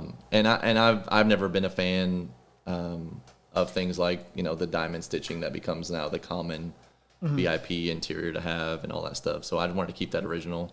I ended up finding a set of the half lace seat covers. Yep. That was my max. That's Just that's the what it lace had. covers, no tables, Everything, no curtains. no tables. That's just not my style. It's clean, simple, still looks good, and still functional. Hell yeah. So that's my style. There was no VIP accessories on the inside or anything like that. Yeah. And, Did you have any? Just because I remember always, like, because it was an Aristo, I would see the intercooler under there, and I was like, "Fuck yeah, that thing is a super engine." Did you do any engine work to that car? No, It was just I completely didn't get to stock? that point where that was going to be my next step. Oh, we didn't. We didn't even talk about this. This was a factory twin turbo This car. is a factory twin turbo vehicle, upgraded intercooler, all the piping, everything, all that stuff was done. But no, it didn't get to that step. It was a fairly quick car. It's even quicker now with the new owner. But no, that was going to be the next step, to do a single turbo swap. But Manual, yeah, probably. Well, the manual thing I was on the fence with. I really, that's not one of my go-tos. I'm not a manual guy, honestly. Oh, fair enough. I know I So- showed this to you, but I feel like you may have seen it because I take it you would go through like GS300 just tags and shit. So it's very possible that you saw it, but there was I think it was silver, and I don't remember what kit specifically it was, but it looked like an Abflug style kit. Like it looked. Oh, I know exactly really, what you're really about. like motorsport with like fucking headlight size fogs with like the Plexiglass, over the front, like yeah. whatever. Right. It was so. I had never ever seen. I mean, a GS for starters, but like an older like VIP chassis car. It was like a Wangan car. It was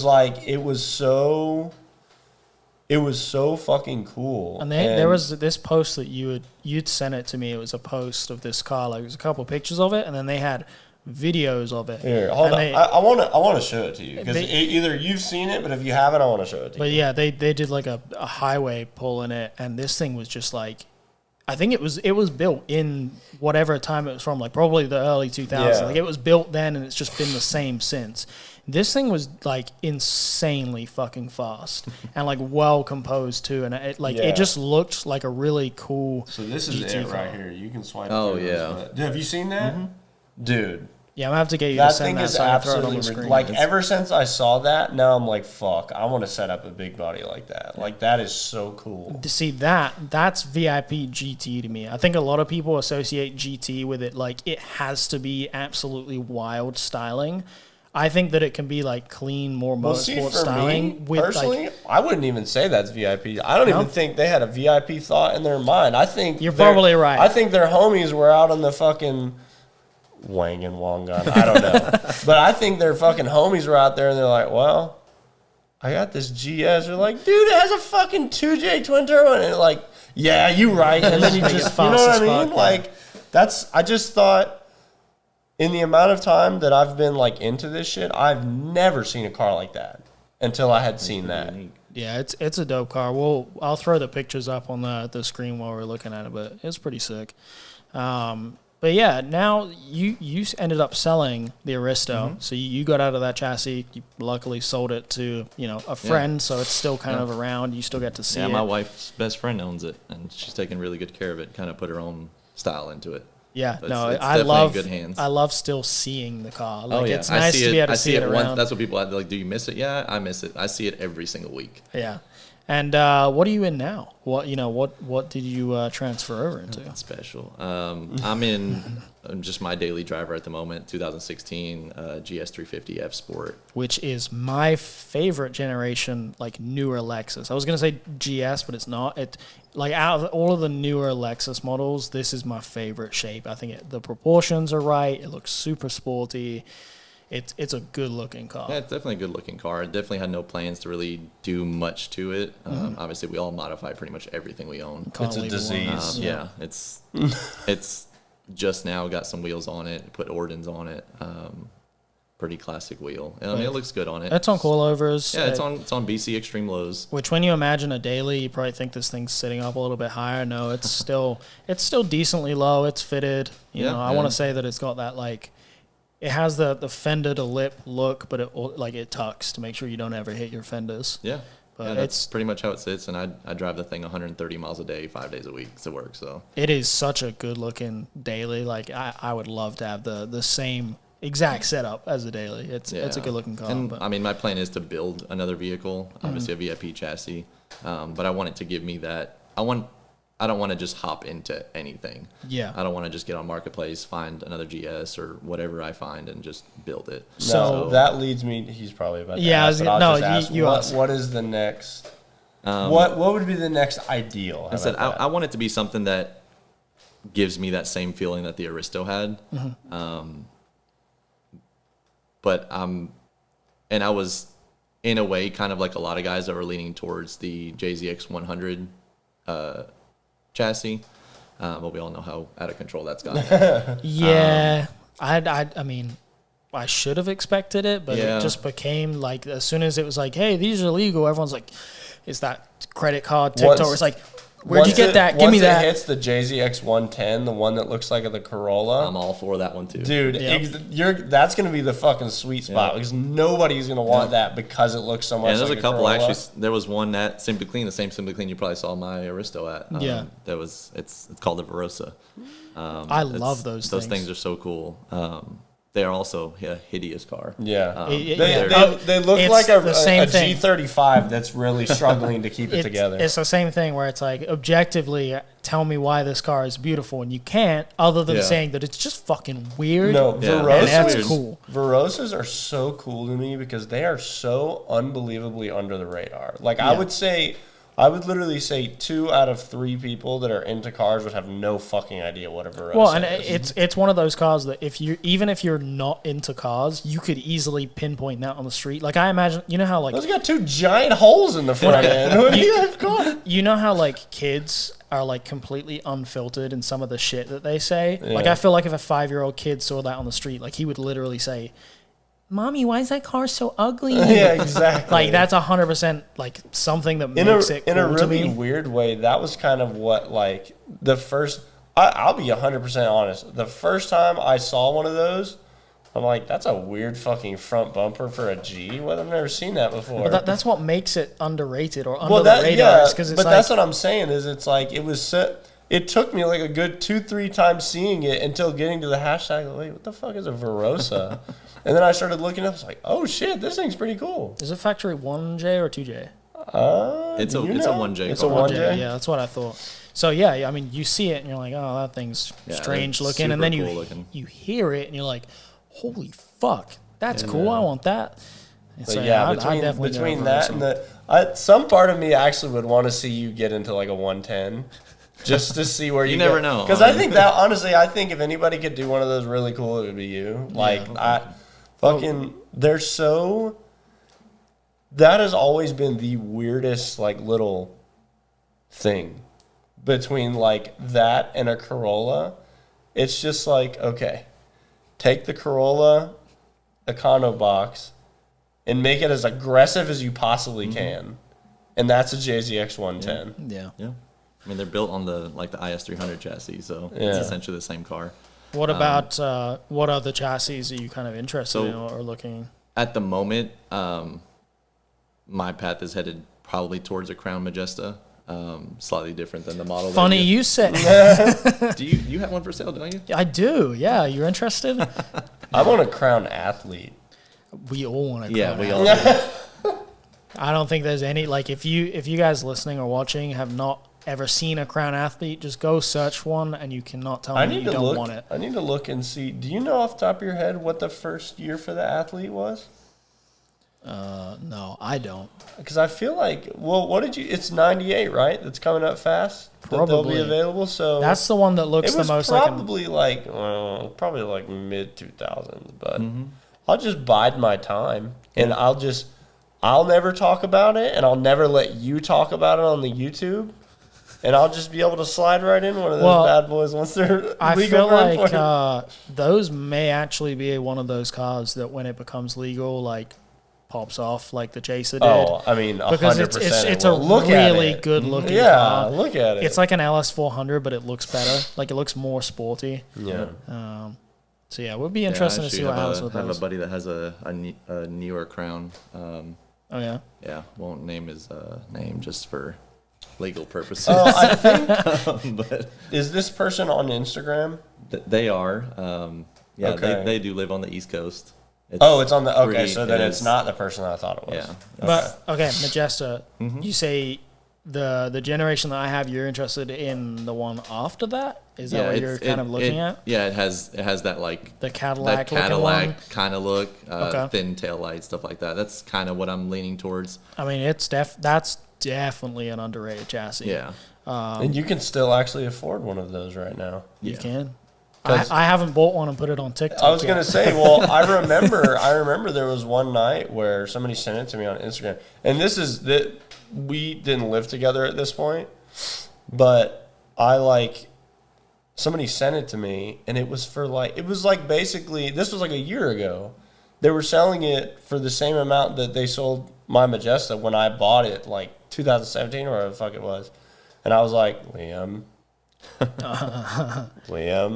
I could, because like, Is this the one that I told you about? The one when I was looking? no, it was, I called you at like 10 at night, just fucking rabid, like, should I do it? I don't even know. Oh, Can I I do know. it? I don't know. Yeah, I remember.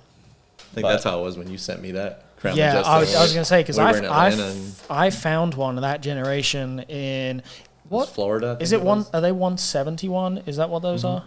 are? Okay, yeah, I found one in Florida that was a 1UZ car, so that's the one that both of us want. Mm-hmm. Some people want the 2J ones, but it had maybe 60,000 kilometers on it, and it was $7,500. Pretty cheap. And I was like, oh my God. Like, I debated buying it over the one that I had, but ultimately I wanted to buy the one that I had because it's like a fucking brand new car. But yeah, no, it is an interesting chassis. Yeah, and I think that's what I'm leaning towards. But I mean, never know what can happen. I never thought I'd be in the Aristo after owning the first gen GS either. So yeah, it's kind of if you're in the market for something, and if Yeah. something comes along and it fits right, yeah, a lot there of it those is. cars are still attainable Yes, price yeah. wise. I was gonna say I just saw that because you probably know them, but Hoshi Motion, those guys, they're in Georgia. That's where we got my wife's Gloria from. Okay. Hoshi Motion. Yeah. So they just got a GZG50 Century in, which I'm really interested in those because I saw a video of a white one on Brabus Monoblock 3s that had no camber, weak specs, which is static and really low, and I was like sold. I was like, I want a GZG50 so bad. It's And like yeah, obviously the epitome of like the VIP car. that is the top Yeah, of the line, yeah. like the car. But yeah, I saw that they are just getting one in, and they have it listed for like 20 Yeah, grand, it's and 20 I was grand, like, right under 20 grand. That I was blue like, one, yeah. all right, yep, never mind, that's out of my reach. Yeah. I'd have to get real lucky and find one. Yeah, but I'm those are cool definitely cars. taking my time till I find the right one that speaks to me at the right price. And Well, after this, you can go test drive the Majesta if you like it. We can figure something out. But no, I'm definitely excited to see what you get into next. yeah, there's definitely no rush. Yeah, or there never should be. I Yeah. mean, a lot of the things with these cars is doing it right, and it Right. wouldn't be a VIP car because VIP just as a word. I mean, very important person. Obviously, that doesn't tie into Damn, the you cars guys at are all. conceited as fuck. No, I'm just saying like It VIP. definitely Like, is not what it means. no, in not this at all. sense. Not at all. But like everything has to be top tier. Everything has to be up to a certain standard and a level, and that's you can't rush that stuff. Right. So That's why I said like taking it back to the whole you can own a VIP chassis and not own a VIP car. absolutely, yeah. And I think a lot I of think kids that's a really nowadays- important distinction to make. It is Because like a lot of people are like, yo, I just got an LS and point coilovers on it. It's a VIP car. And that's the you're difference. And like I said earlier at the beginning of this, everyone starts somewhere. Yeah, there's nothing Yeah. wrong with that. And I mean, As long as you have that's- that vision of what you want. That's and exactly where my car started. I mean, I didn't have coilovers. I got really lucky to get like a super cheap air suspension set up. But when I first got this car, it was like, okay, how can I find the cheapest coilovers possible? I debated doing the super coilovers because they're cross compatible with we these. we all do that, especially when Yeah. you're brand new to it, and But- if you don't have somebody that's like been around the block for a little while, Right. you don't have any point of reference. I You feel like know? sometimes it's important to have that person in your corner that's like, no, don't do that because you'll regret it later. Well, and I did. But that's the thing is it's like I don't know about you like in New York, but like for me, when I started building my RSX, like it was just me. Like anything that I like learned about like kind of the state of the culture at that time and like what the trends were and like what the styles were and stuff was all Instagram. Right. Yeah. And it was just how I was perceiving it. Like I didn't have any friends that had been around the block at the time. So, when I did the same thing we all do when you have zero guidance is like, Plastic did this, Plastic did that, Raceland, like whatever. Which if I had somebody that was that voice, be like, just wait on it. Just like Save up your money. Just save the money for this thing that you like really want. Yeah. Right. But at the same time, you have to balance that with exactly what I'm doing with my lowering equipment. Like, It's what is realistic for you, yeah. You know what I mean? So I think it's just a balance. But no, it's just what he said. Like, It's vision. we all have those things that we do when we're new, where we could have like been patient or whatever, and we just decided not to. And it's like if you're new and you weren't just like spitting in somebody's face that was like, "Fuck you," you know what I mean? Yeah. It's Well, like, other than that, you don't have a point of reference. That's why I've always been very careful with the YouTube build series on my LS. It has always been VIP style LS 400 because now, once it gets closer to being finished, people are like, yeah, that's like a VIP car. But I never wanted anybody to be like, this kid's trying to act like that's a VIP car. This is I always like put the VIPs Atlanta area thing I was talking about earlier. Exactly. I just wanted to cover my bases and be like, this is VIP style because, yes, I have the vision for what I want it to be, and it will be a VIP car. But right now, it's not there. So I've always just like titled it as Played VIP it safe. style. But, Yeah, I've always you have a VIP car. Right now I have a car that is like 6 different colors of primer and some green side cladding. Trust the process. You absolutely trust the process. All of a sudden, we're all just like gazing at it. You said that, and I could feel all of us going, yeah. Chrome wheels, chrome tint. Oh, I know. It's something. But I want to get a little bit, just quickly before we end, into Riverside. I mean, I know we talk about Riverside all the time, but you are directly involved with Riverside and have been for some time. So I'll let you speak on that. What do you want to know? What's your involvement with Riverside? What do you feel like you bring to the table with that? I've been with Mason doing this since the beginning. Him and Scud that you've talked about before. Essentially had the original idea, and then I was the third person that was brought into this. So the three of us started this from the beginning. But yeah, and then it just kind of grew from there. How did you meet Mason? Just through cars. Yeah, through cars. So I moved to Chattanooga, got into the car scene here. Made a couple of friends, all people that we still all hang out with now. Yeah. Brent and Matt and all them. And then I think Mason at the time and a few others lived in Dalton. So we shit! So this was a while ago. This is a while ago. Okay. See, I didn't realize it before went way Riverside. back. Yeah, this is way before all that. And we would all kind of meet up once a week, out in Dalton, pretty much make the drive out there. Just a group of us, 5, 6 of us, just hanging out at a car wash, or going to go get food or stuff like that. And that's how I met Mason. That's obviously cool. Riverside came years later after that. But that's our origins of meeting, and I think he wanted someone that has been in the scene for a long time. Yeah. Been to a lot of shows, and kind of knew the ins and outs of everything, and used that to kind of help create what Riverside would be today. Sure, yeah. And obviously, Riverside now brings out, always has, honestly, I think over the years, has always brought out a lot of VIP cars. That probably has a lot to do with you, doesn't it? Yeah, it does. And they definitely draw a lot of attention. But yeah, that's, like I said, I've been in the VIP scene, whether I built a VIP car or not at the time, for a long time, and built those friendships with, I guess, what you would call the heavy hitters in the scene. Like Fortune Mines, definitely worth mentioning. Yeah, like I said, Larry and the Infamous guys, stuff like that. It's a big part of the VIP culture in the Southeast and on the East Coast in general. And then obviously now being a part of Liberty VIP, and those guys they're like I said, they brought me in as family, and they are big supporters of Riverside. Oh, absolutely, yeah. I would say they would eventually make their way out to Riverside anyway.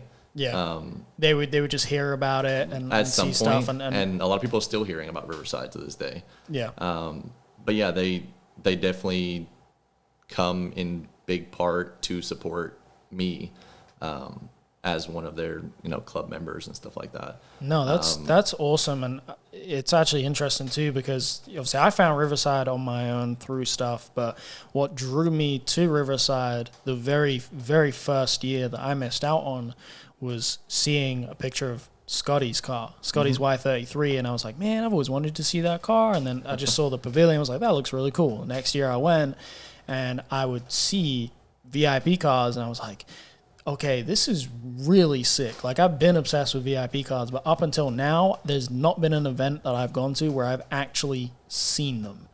And Riverside for me, in that quantity as well too. yeah, like you'll see like one or two here or there, but like the first year that I went to Riverside, like I remember, I'm blanking on his name now, but the white silver two-tone LS at the Workmeisters, it was a pre-facelift UCF 20.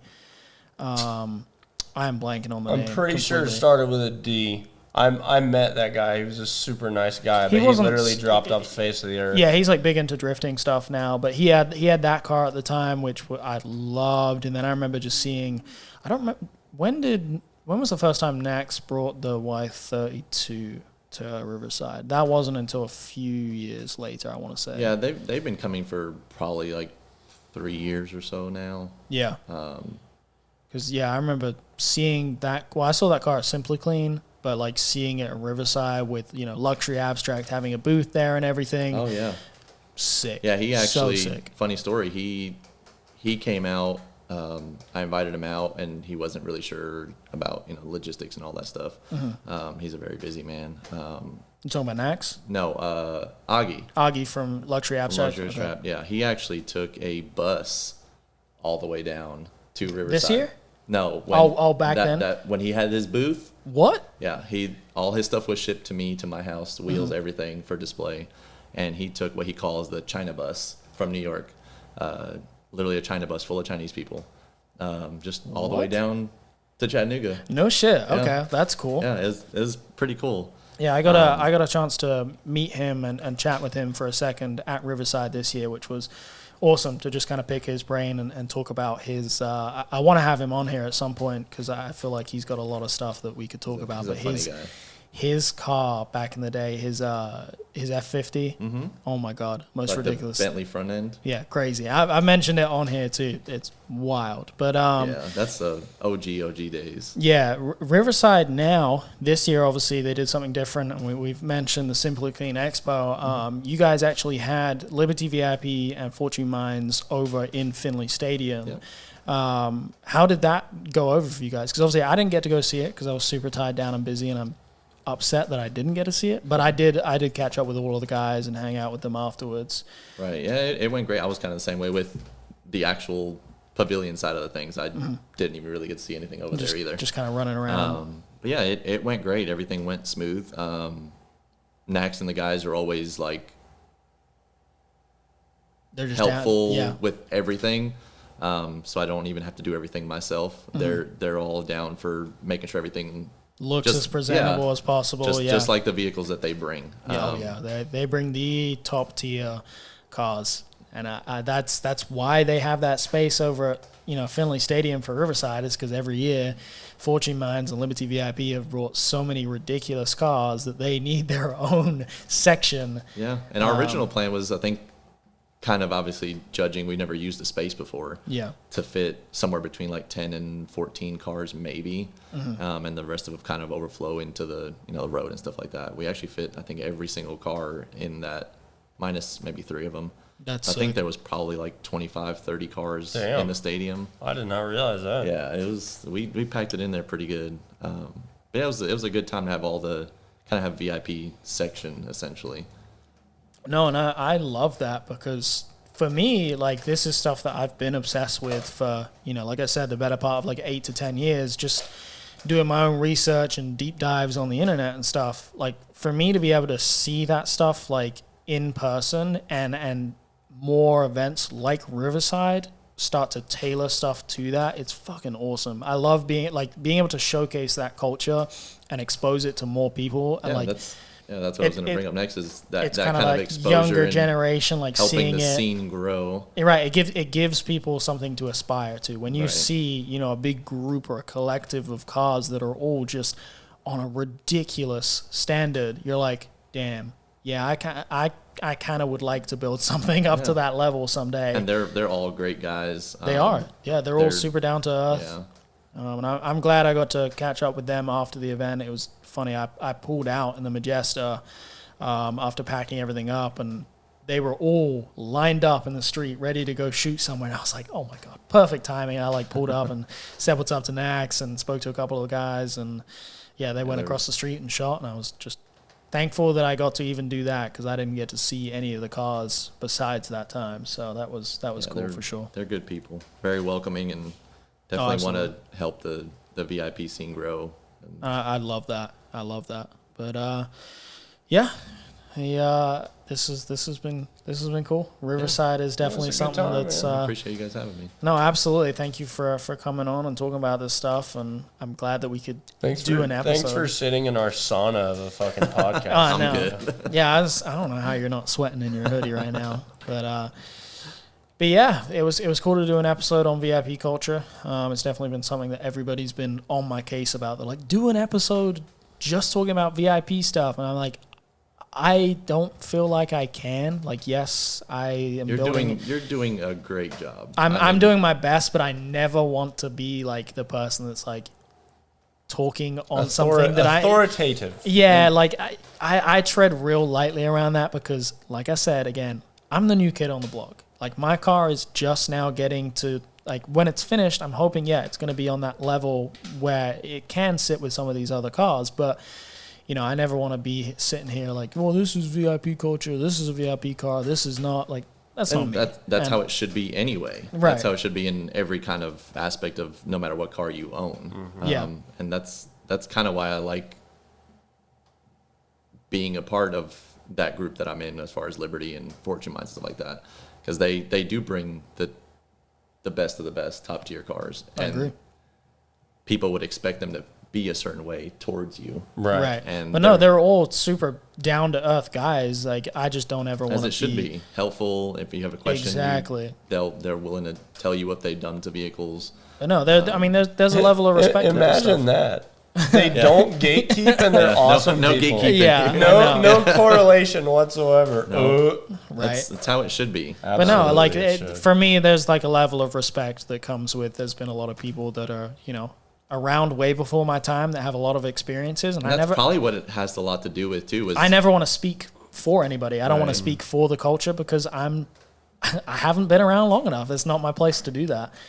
So that's why you guys haven't gotten an episode specifically on VIP and stuff. You until never now. will. No, we'll do one. Now I've been, you know, I've been certified. Lucas came and sat and talked about it for 2 seconds. You're doing a great job with everything. The next episode, I'm going to be like, this is a VIP car. Don't put fucking curtains in here. I'm just kidding. I'm not. Unsubscribe. We appreciate that, man. Thank you. Yeah, I do appreciate that. I'm doing what I can. And I've heard other people talk about you as far as what you're doing with VIP stuff in general, too. I mean, I'm trying to do what I can to, like, make it more like I want the culture to get bigger, but ultimately, like, my thing is I want more of the younger generation that are getting into cars to take that, not necessarily like that VIP route. You don't have to go buy a VIP car. I'm not trying to have people like impress me or impress the elders or whatever. I want kids to just take the elders. The elders. We're in the VIP tribe. I just want kids to take more of that direction into building higher quality cars. I want them to aspire to build better cars and put more effort into things. And also, like, my take on my car personally is that I'm doing the crazy amount of work and I'm doing all this stuff that takes a lot of time and takes a lot of money, but I'm not doing it to a point where you can see that I did that. Like, that's one of my biggest things that, like, it doesn't bother me, but I see a lot of kids that, they justify the fact that if they're going to put in the work, they're going to put in the time, the money, they have to do it in an outlandish way where everybody's going to see that they did it. Right. And I don't think that that's what VIP culture is about. I think it's like we go back to talking about Sultan's car earlier, it's like a lot of those details, they're there, but most people won't notice them. Right. And I want more kids to kind of pick up on that and be like, you know what, that makes a lot of sense. Like, it doesn't need to be super outlandish for people to notice me or that I did this. That's the thing about VIP cars. They'll draw your attention anyway. Exactly. Without that eye-catching thing that some people will use to draw attention on purpose. You don't need to have 10-inch wide flares with 15-inch wide wheels, whatever, to, like, stand out. I'm not saying there's anything wrong with that. No. It's just, like, taking it back to basics and just figuring out what you can do to make something stand out and look good. Making a statement without trying to make a statement. Yeah, and you can't buy style either. Like a lot of this stuff is based on vision and just like it's a lot of thought that goes into it. And I love being able to get that across in videos because, you know, a lot of my demographic is kids that are younger. It's, you know, the type of kids that probably will go buy a VQ and put a shitty exhaust on it. You know, if I reach that demographic, how can I help them then guide into a better direction where it's like they're not going to do that forever? Maybe they start thinking more about like, hey, can I build a car this way? Or they look for more unique chassis or whatever. And you have to be willing to teach these people too. Absolutely. My DMs are always open, by the way, guys. Yeah, like same. if you have questions, whatever, I'm like always open. I don't have all of the knowledge in the world, but whatever stuff I can share, I'm willing to. Yeah, I do the same thing all the time. I have people reach out. I've had, you know, teenagers just getting into the scene reaching out, more than willing to help anybody. Yeah, and I'm if sure you're willing to learn, I will teach you something. That's the thing. If you're willing to learn, you're going to get... If you're willing to learn, like... people that could teach you are going to see that. They're going to be a lot more apt to help you if you're not. Probably isn't a whole lot of like community support for first gen GSs or Aristos. Right. And I'm not even talking about, I'm just talking in general. Yeah. And not even with VIP car stuff, anything. I mean, I've dabbled in all of it. So, I mean, I'm willing to help anybody grow into what you want to be. Yeah. And I mean, I've even specifically told people, You have to have the vision for your car. I'll help you get there. Right. But I'm not. I'm never specific as far as what you need to buy. As far as this is what your car needs to look like. You don't need to have this and this and that and that part. You build what you want to build. I'll help you with the vision. I was gonna say me and Matt have touched on this before. It's kind of like providing the tools you would need to get where you want to go, as opposed to just giving you everything. Right. I think we talked about that in the gatekeeping episode, which is a really good listen for anybody who's interested. And like touching on what you said, like you didn't have that guidance support, already. that guidance. So right, exactly. I'm more than willing to be that guidance. Yeah, and knowing I mean, that I came from not having that guidance. It's so accessible now with social media to be able to like see a cool car and hit someone up and you know. There's definitely a wrong and right way about approach. Like some people will just literally send me a message and be like, "Oi, what is this? Blah blah blah." Or like, where do you like? Oh my god, the thing that drives me nuts.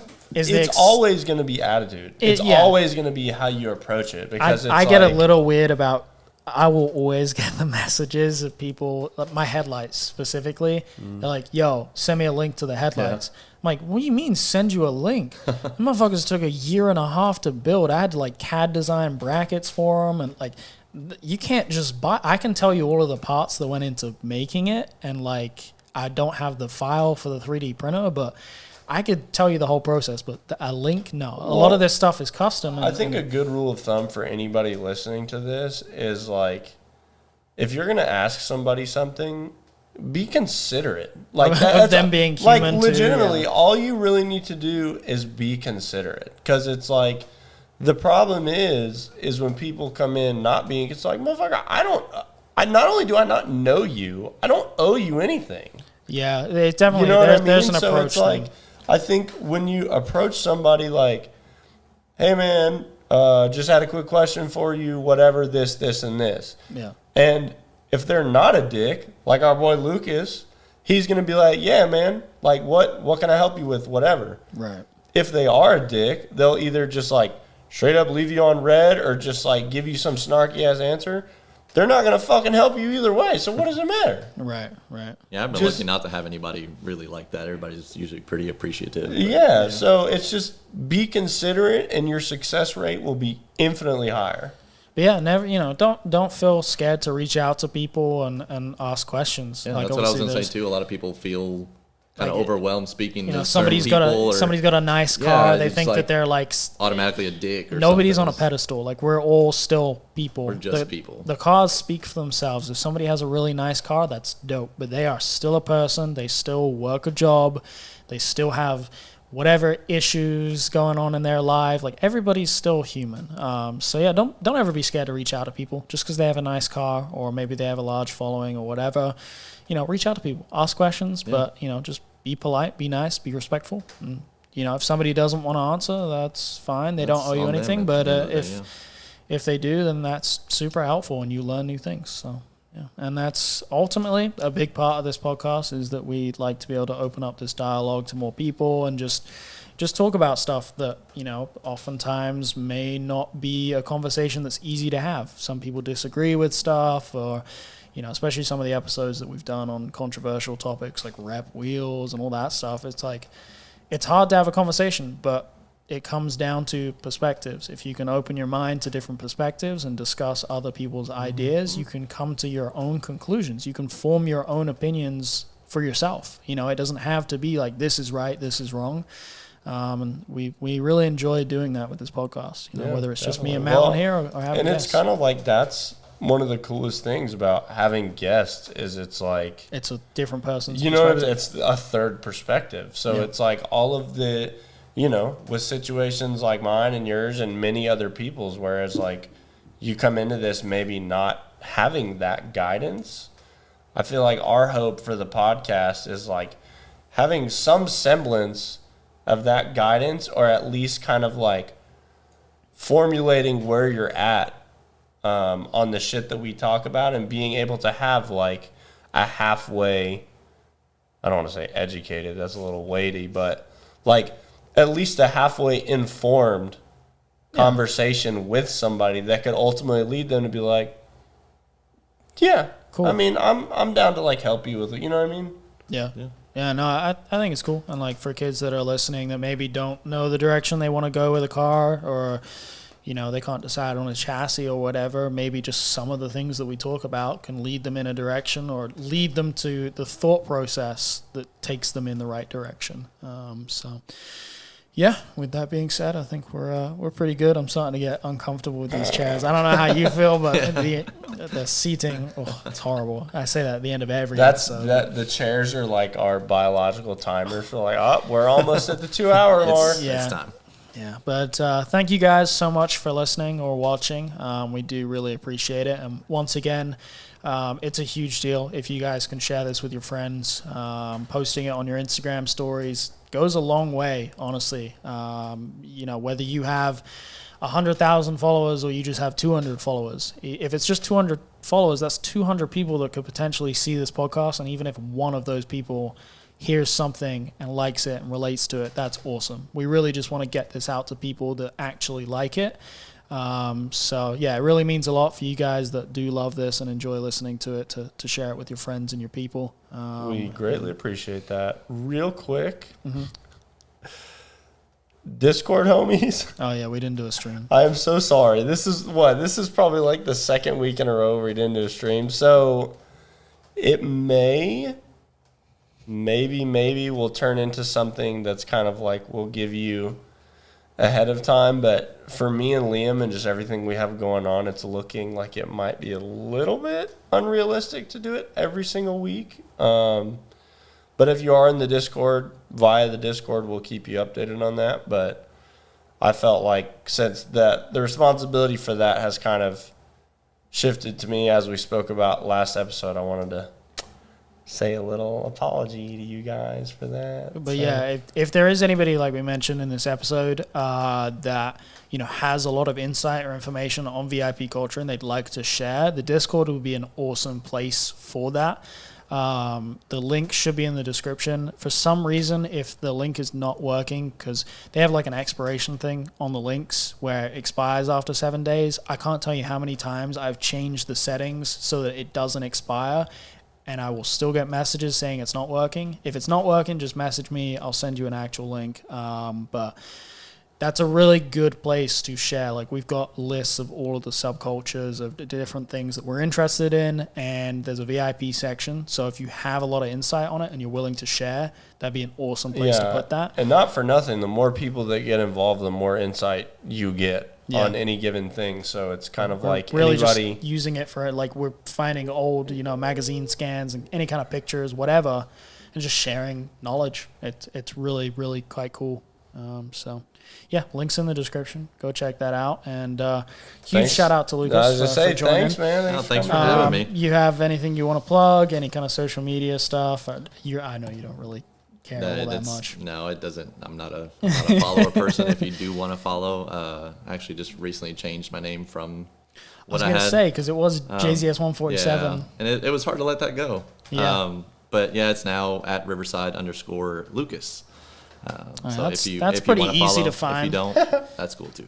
But yeah, and also, go check out Liberty VIP, Yeah, Fortune sure. Mines, Fortune Mines. Riverside, and of course our sponsor, Wheel Price. Like I said, all the links are in the description. Go check them out, support them, and we'll be back next week for another episode. And we appreciate you guys. Thank you so much. Thanks, dudes.